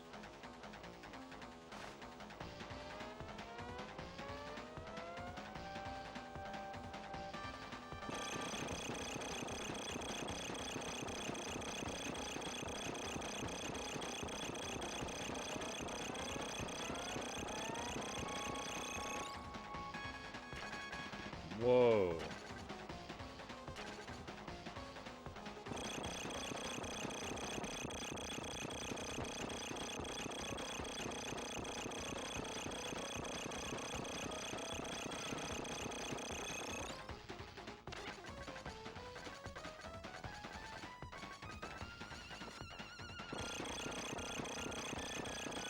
Killer Instinct might actually be the fighting game that I remember most fondly.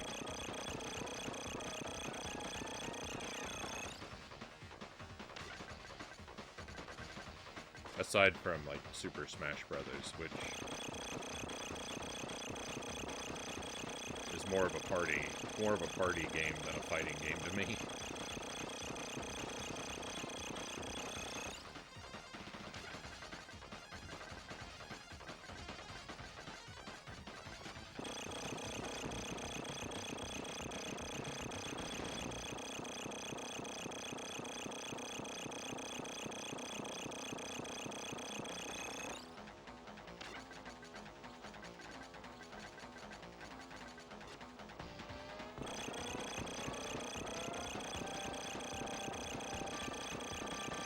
Killer Instinct's about 225 now, Sirac of Lamb says.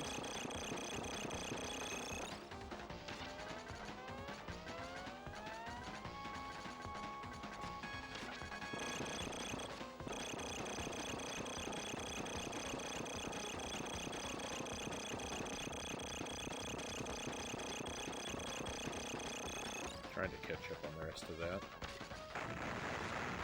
I have a small savings jar that I toss pocket change and small bills in. When it's full, that's my okay, you can get something you want money. Takes a long time to fill it. Right on. I can admire that approach to things. My father does that. He's got a box. Actually, he's got a bottle. They have a box and a bottle. They fill up the box, and then they put it into the bottle. They have a bottle, it's like a giant wine bottle that's like shaped like a lady, and they fill it up with pocket change. And then they save all of that change, my parents, and every year they buy fireworks for the 4th of July with the pocket change that they've saved up all year.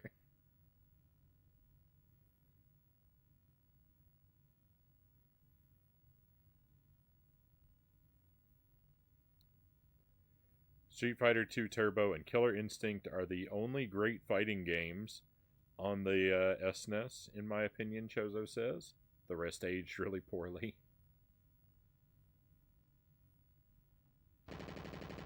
You mean your favorite fighting game on the Super NES isn't Clay Fighter? Or C2 Judgment Clay?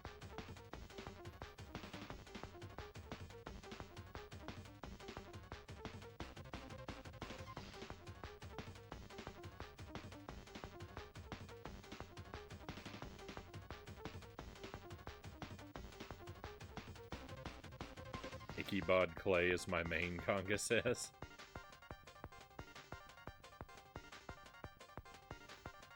Balls 3D and Pit Fighter, best fighting games ever.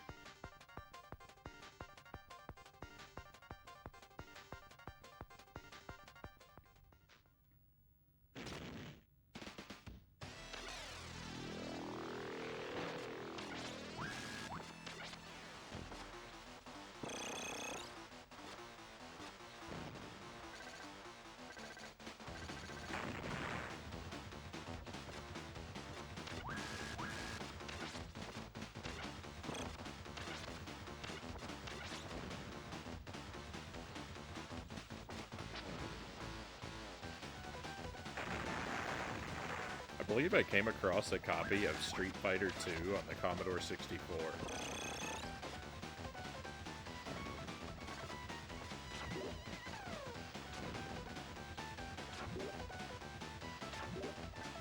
I'll have to double check. I might have just hallucinated it. But,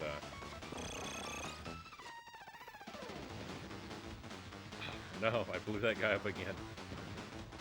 That's got to be pretty wild. If I'm right about it, we'll check that one out soon.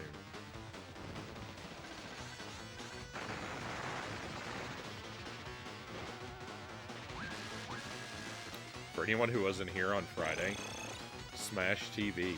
There is a version of Smash TV on the Commodore 64, and it is amazing.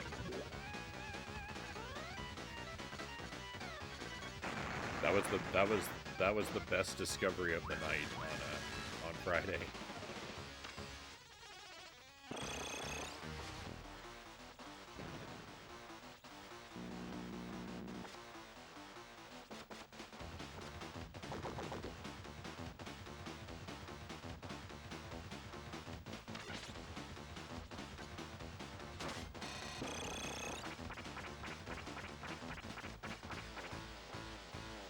There is a Street Fighter for the Commodore 64. Runs about $30. Oh, maybe it's Street Fighter 1.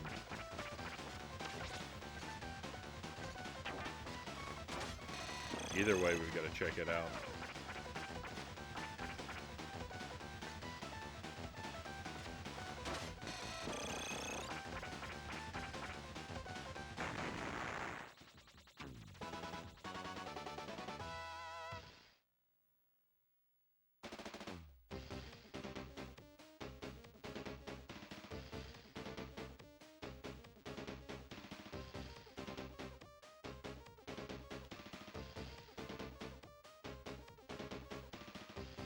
lost a friend as a kid over Killer Instinct. He had it on the SNES and always beat me because he had practice.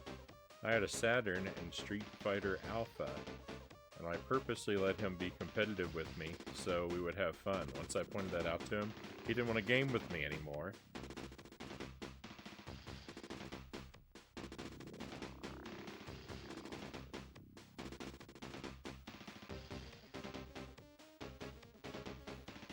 I only ever really played fighting games with my cousin when we were kids. And I don't remember either of us ever being very good at them. And if I think about it, I don't really think we played head-to-head very much.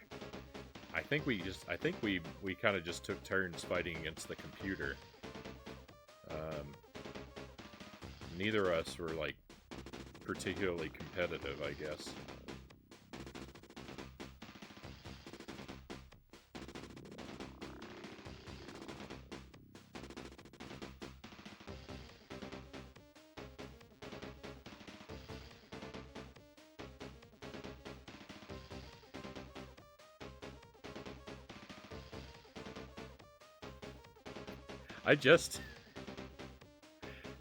Here's something cool. I've been using Linux on this laptop for like 2.5, 3 years, something like that. I just discovered there is a button, there's an icon on the taskbar at the bottom of the screen. There's an icon to minimize and reopen all of your tabs simultaneously. I just discovered that.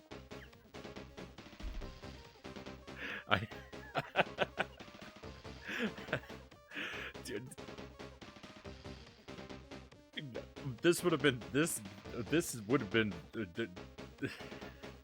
I could save myself a lot of trouble. Like a lot of time. There's a lot of time where I've manually minimized every tab one by one because I didn't know that existed.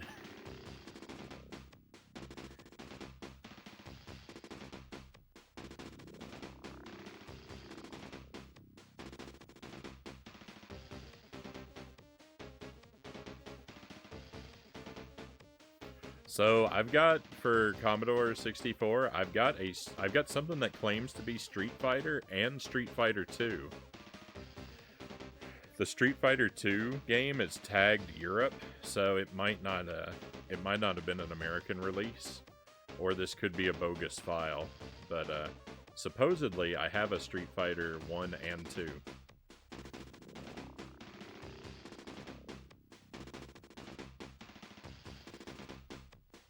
You're practically a hacker now, Conga says. It's just funny.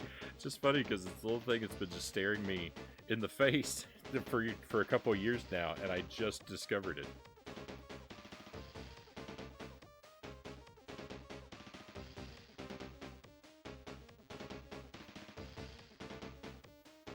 TMNT Tournament Fighter for the Super NES was a great fighter, Sirac of Lamb says. I have that on the Genesis myself. Never played it.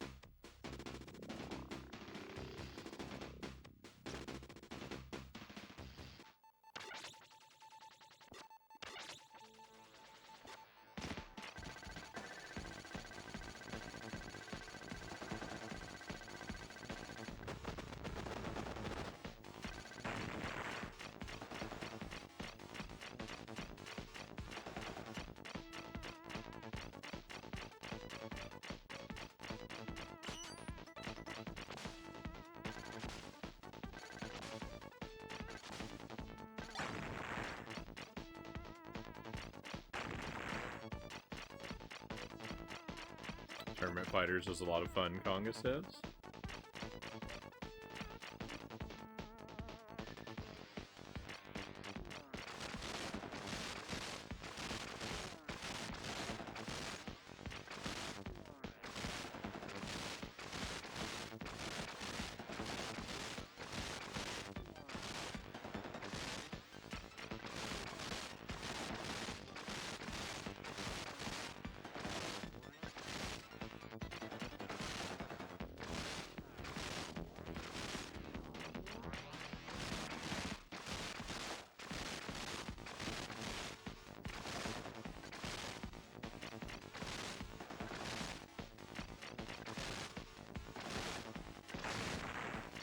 All that sliding's got me, like, in a bad mental state for this next area where I'm gonna want to slide, and I need to remember I can't.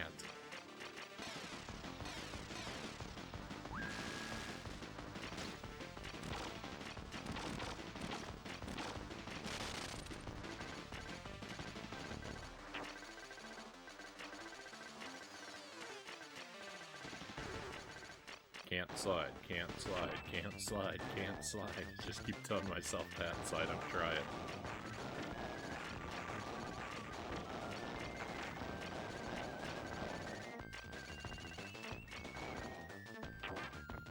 The thing is, I generally don't slide very much in the whole rest of the game. One of the things I'm really bad at doing is using the slide.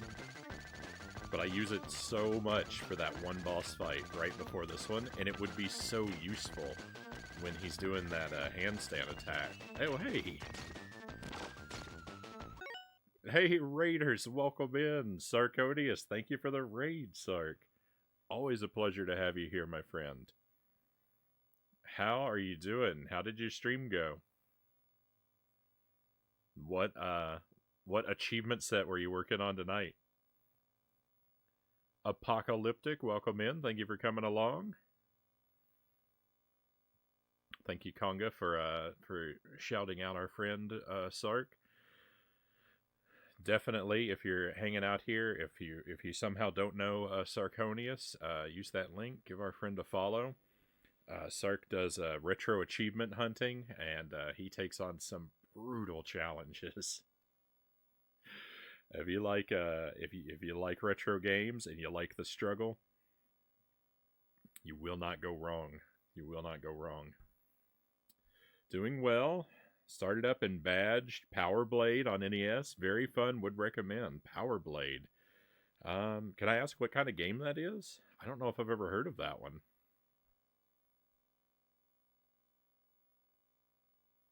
You started it up and badged it in one night, though. GG. GG. Very well done. Rockstar Lexi, welcome in, Lexi. And we just got a follow from another friend. I'll preserve your anonymity if you would prefer, but definitely welcome to the stream and thank you for the follow.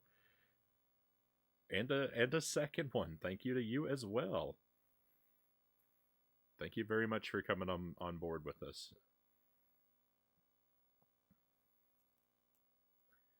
It plays kind of like Mega Man. Power Blade is a great game. This might be one that I need to look into for myself then. I like a game that plays like Mega Man. You can't go wrong with running and jumping and shooting. Power Blade. NES.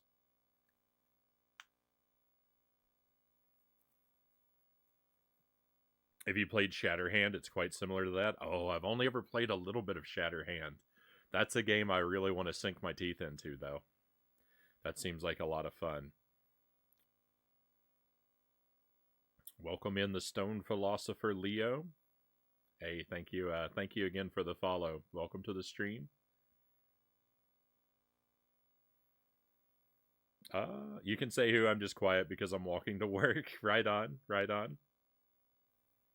I've tended to stop calling out the names of people who follow until they chat. I don't know. I saw a couple other. I've seen a few other streams that were tagged like anonymous follows, and I've seen a couple other streamers that were kind of doing that. So. It just looked to me like that might be a thing that people might like.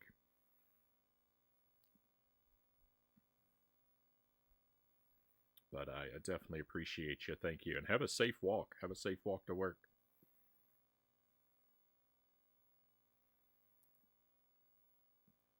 Mexican Snorlax, welcome in. And thank you for the follow. Thank you again. Pleasure to have you here. Power Blade runs about $80. Thank you, Sir Rack of Lamb. That's pretty pricey. I might have to hold off on that one quite a while. That might be something for the flash cart a little down the line. that might be the way to do it.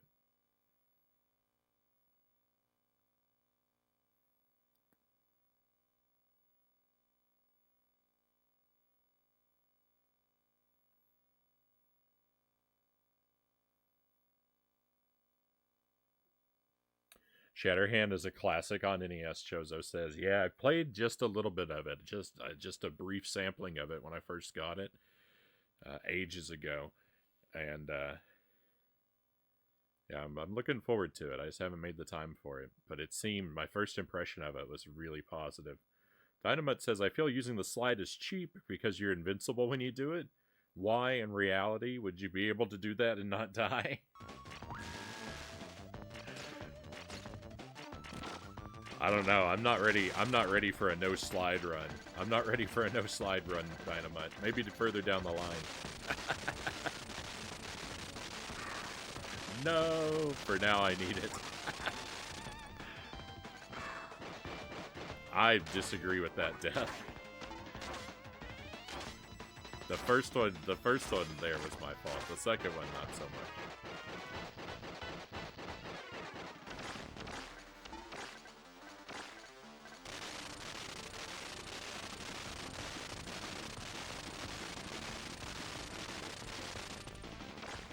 So I've been playing Contra Hardcore here on the Genesis. That's what we're up to. I've been playing this one for a while.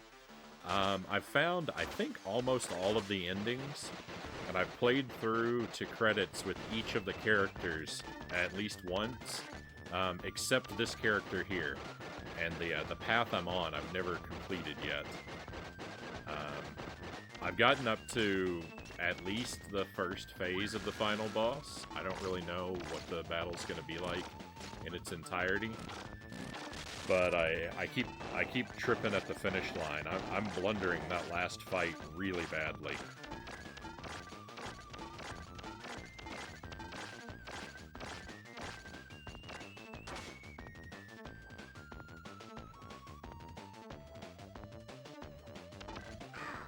What?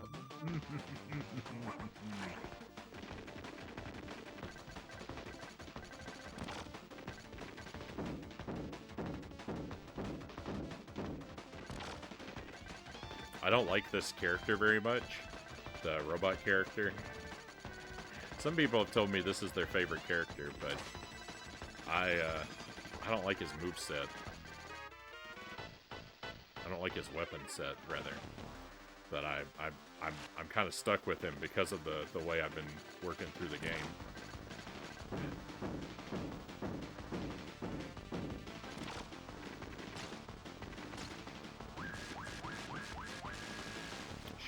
Sirac of Lamb says Shatterhand is another great one. Right on. Sparrow, welcome in. Hey, thank you for the resub, Sparrow. 23 months of support.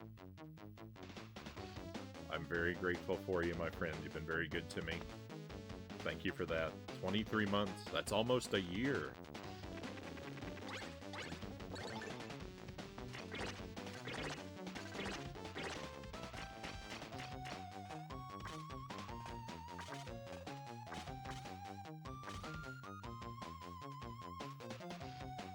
Sparrow, I got good news and bad news. The good news is, I found a copy of Spyro the Dragon for dirt cheap. The bad news is the disc looks like it's been through the apocalypse.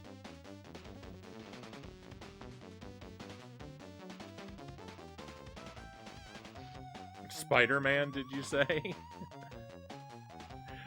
Spyro the Dragon, the game you want me to play on the PlayStation. I found a copy. I got it for just a couple bucks, but it looks...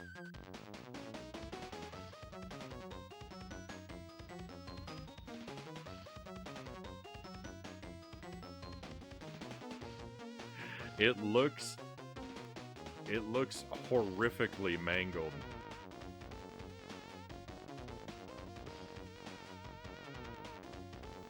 I really hope after our conversation that you absolutely trash it now. Well, I don't know. I don't know if I'm going to be able to get it to work. I'm going to try to get...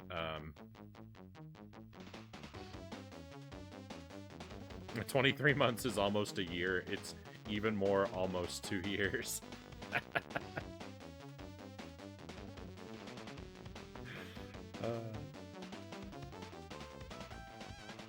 Welcome in, Ricky. I hope you're well. Thank you for joining us. That's the thing about the everyone's always so close to a year of stream attendance.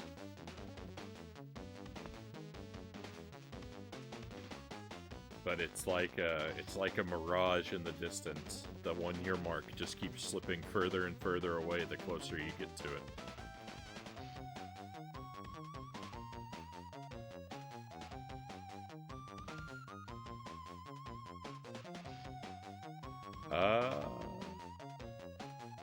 Do you remember those old CD repair kits? It was essentially wet and dry sandpaper and finishing with a buffing compound. You could approximate something like that.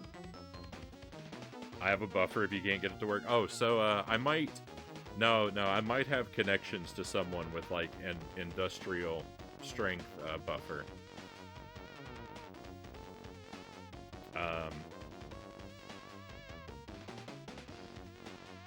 They've got a really great one. They've got a really great one at the library. So Jelly's gonna see if I can maybe get permission to buff it for to do a personal item, to have a personal item buffed.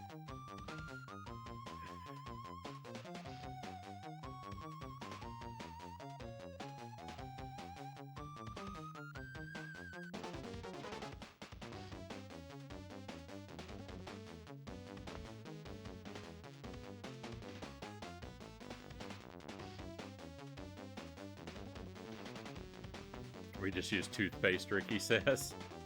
I've heard of using toothpaste. I use toothpaste on my turntable lids, and it turned out quite well.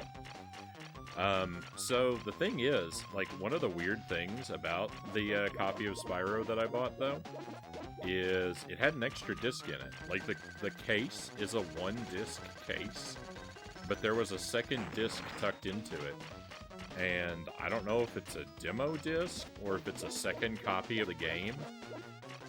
Both discs claim to be Spyro the Dragon, but both of them, but they look different. It's not two of the same disc.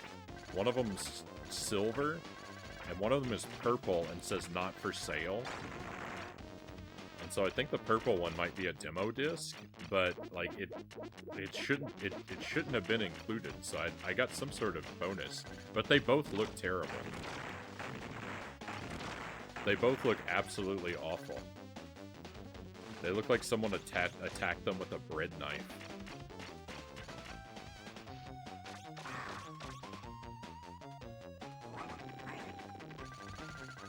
So I don't know if they'll ever play.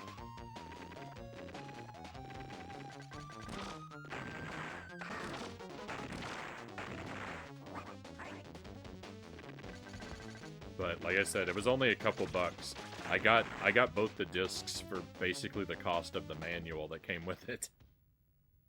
I basically bought a Spyro manual and got 2 discs for free.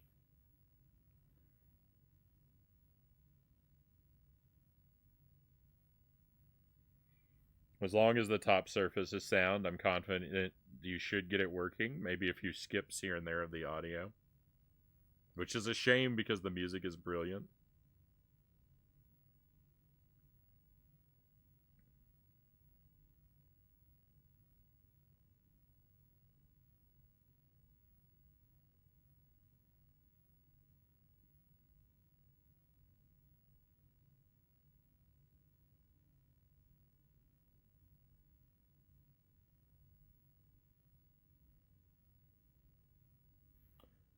I used the JFJ, saved a ton because of it, Sarak of Lamb says. I think that was recommended to me before.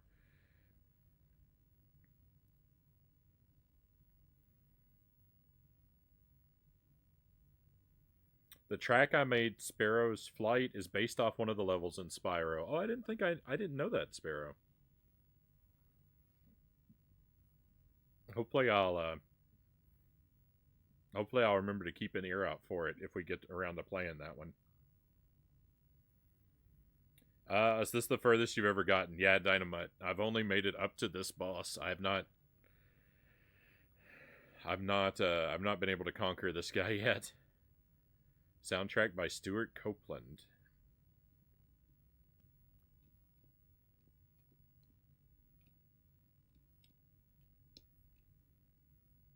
Fingers crossed.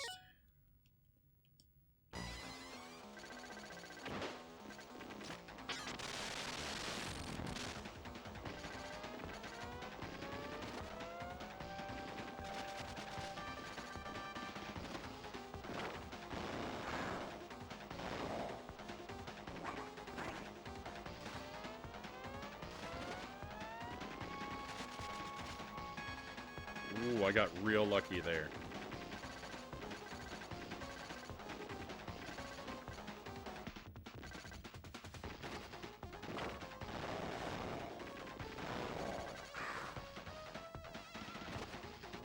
Too slow.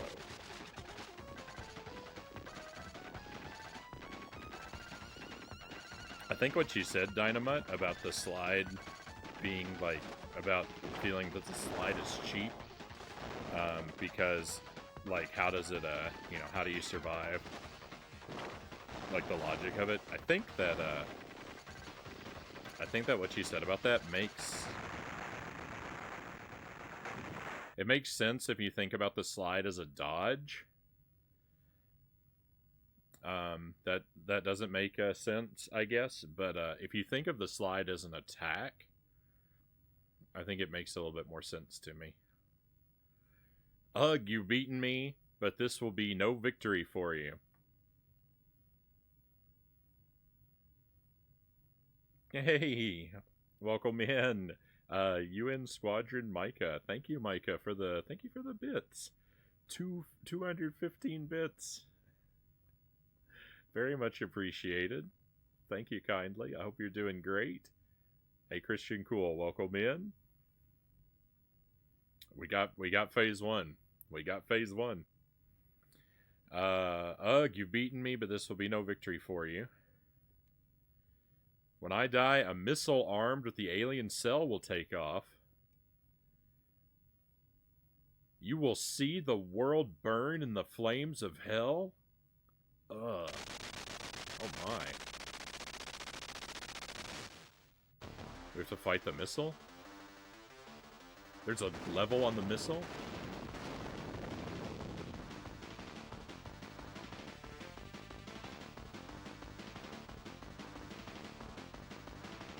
Oh my goodness, this looks very scary. This is the final battle. Oh no. The Colonel is already dead. Stop this foolishness. I could care less about the Colonel. I'm going all the way.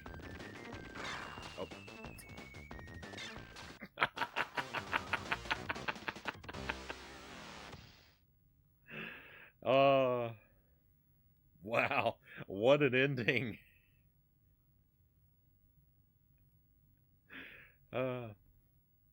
I might be a little, what's the word? Incompetent. This is the best part of the game, Dynamite says. Right on. We'll jump back into it.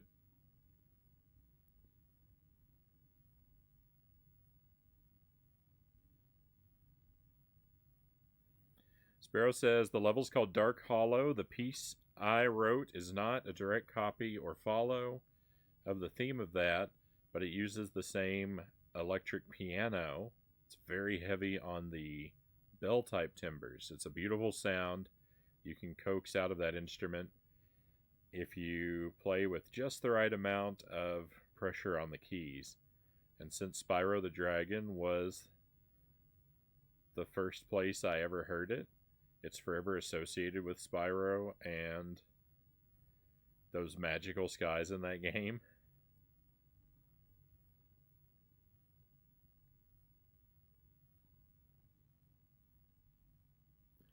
Welcome in, Easy Lux. Good to have you with us. Thank you for the follow as well, by the way. Best retro game. I've become more and more a fan of this game. I was pretty lukewarm to it.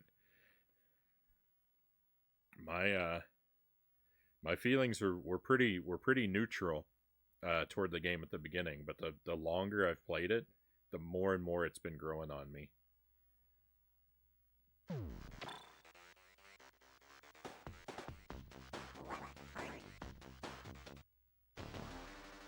Thank goodness there's a checkpoint here. I had such a struggle with the fight before this one. Let me go ahead and put my get my aiming locked in the right place. So this might be rough. I might not be able to beat this guy because I might lose too many lives, and continues trying to learn his moveset. So just a heads up, victory is not guaranteed here. We may have to make another run at this game. I'm gonna do my best, but defeat is a very real possibility for me. Oh my goodness. Especially if I keep missing the platforms. This phase seems like it should not be that rough. And also, he doesn't have collision, so... Oh, am I supposed to blow up the... What is going on? This is scary. I'm afraid. Jump? Oh, we can climb the missile. Oh, there's probably deadly stuff on the missile, though. There is! There's aliens inside the missile! They're coming out!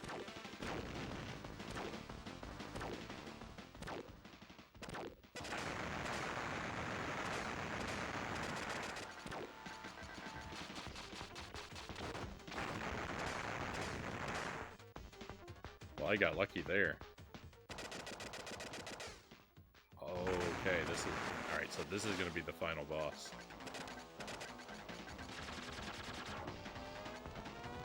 This is a very cool set piece. This is a very cool ending.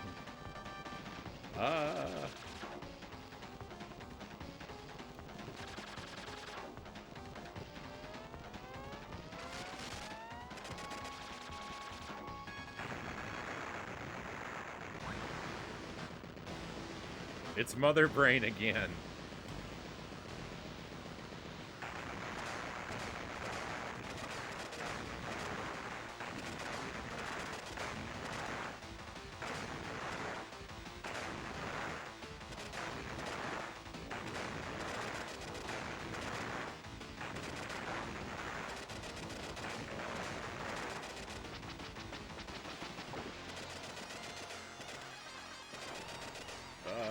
Stay away from me.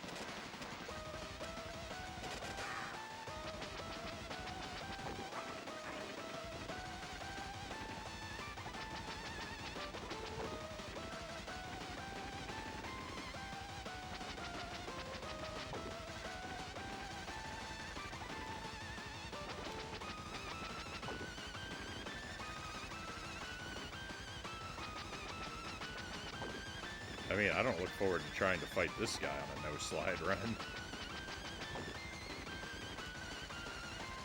I don't really have ambitions of a no-slide run. But we were kind of talking about it a moment ago. Victory! That's it. That's it. I think that sounds like the game. Let's go.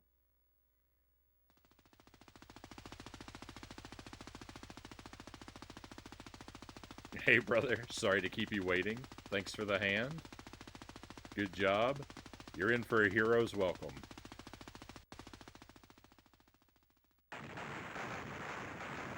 Hey, that was great. That was great.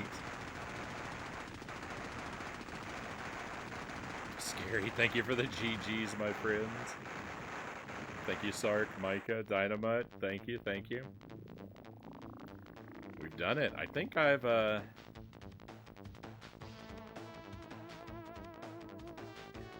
found all the endings in the game now. We found the secret time travel ending. I found the ending where you fight the alien monster that's a brain with the eyeballs. I found the ending where the Colonel transforms into like a big thing with a face on each side of his body. I found the ending where you fight the thing that looks like Mother Brain in space on the side of the screen. I found the refuse and accept versions of this ending, so that's 6 endings. Right? Yeah, I found 6 endings. I think that's everything, unless there's more secret endings that I don't know about. But thank you for an additional 100 bits, Micah. Thank you again. Very much appreciate your generosity.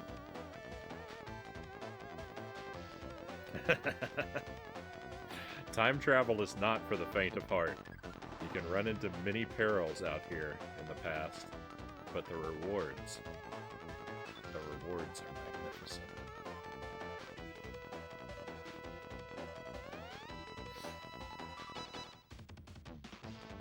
That's right up there with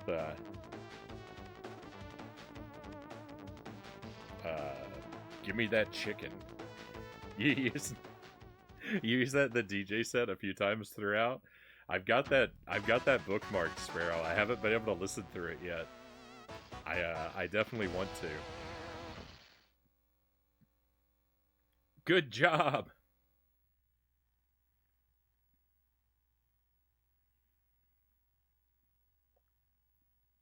All right. Hey, that feels good. That feels good.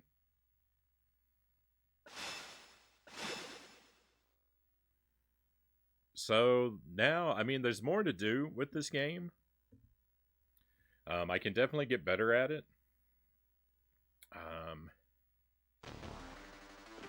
I need to try to complete all the paths as all the characters at least once, I think. It would be cool to pull off a few deathless runs of the game, too. I don't know if I want to, like... It seems like a bit much to try and do every path with every character deathless. But, you know, maybe over the years, we might do that. Maybe I challenge myself to... Maybe I could challenge myself to complete all the paths deathless with one character every year or something like that. We can keep coming back to it.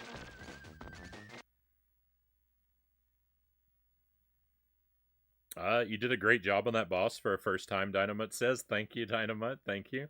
It's not hard, but it's crazy intimidating, and you handled it smooth. Yeah, it was, I think I got pretty lucky to have that one weapon. That spike ball weapon, because it's pretty strong. And that thing that came out of the side, that big guy that came out of the side, that I didn't get hit by that, and it died quickly. I think I got really lucky, so... That I could imagine that could have gone horrifically bad, and so I think I got off pretty light.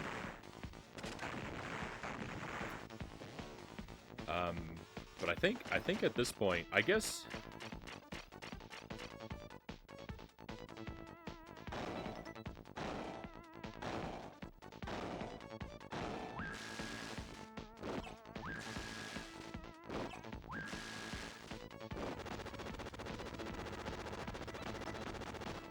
I think at this point I'm kind of done with this game for a while, though.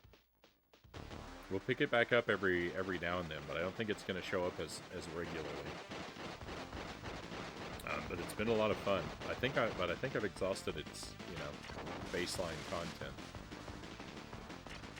We're done with it for tonight at any rate, though. We're gonna switch gears. We're actually gonna move over to the Super Nintendo and play Super Ghouls and Ghosts. I want to do a run through that game tonight as well. Super Ghouls and Ghosts is my favorite game, and I'm kind of practicing for a new challenge in that game. I'm practicing playing through the game with 100%. So all money bags, treasure chests, and random item drops mandatory. It takes a very difficult game and makes it so much more difficult. Because if you know the game, most of the weapons in that game are trash. And when you're forced to collect them, you can end up in some really nasty situations. So it's gonna be quite a struggle. But I'm gonna try my best to make it through. We're gonna go true ending both loops, and I've done it a couple times. The idea is eventually to be able to be so good with every weapon in every scenario that I can complete a deathless run of the game with that rule set. I've already done a couple deathless runs using the knife. So this is like an extra layer of challenge that is way higher than my skill set. But we're gonna practice that, and I think we're gonna say that the knife, even though it's not in keeping with the like I just said, 100% collect every item, I think I'm gonna say that for tonight, for our practice, the knife is off limits. So it's gonna be 100%, except I'm gonna try to avoid ever picking up the knife.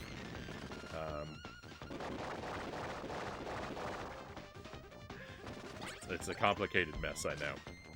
But if you'll excuse me just a moment, my friends, I need to step away to switch out the consoles, and I'll be right back with you.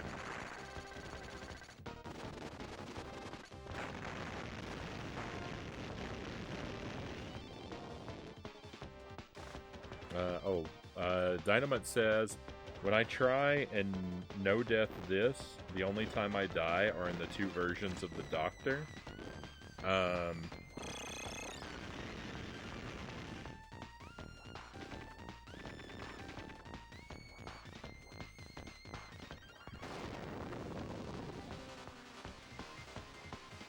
So I think you mean one of those is the thing where the Doctor turns into the green guy and shoots the laser track that he crawls on the laser track and fires the orbs. I don't know what the other version of the Doctor is, though.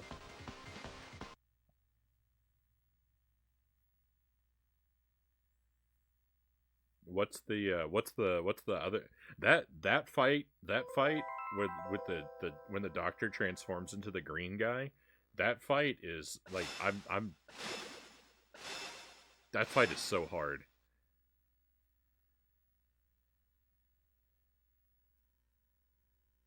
The walking rope. Oh, I didn't remember that was a Doctor fight. The walking robot elevator room. That room is tough too. That one seems more doable. I feel like that room is easier than the other one, but I mean, I haven't done any of them deathless, so I think of the two fights, that one is the easier one, but to complete. But yeah, I've only done it once. It's certainly nowhere near deathless. Alright, my friends, I'll be right back with you.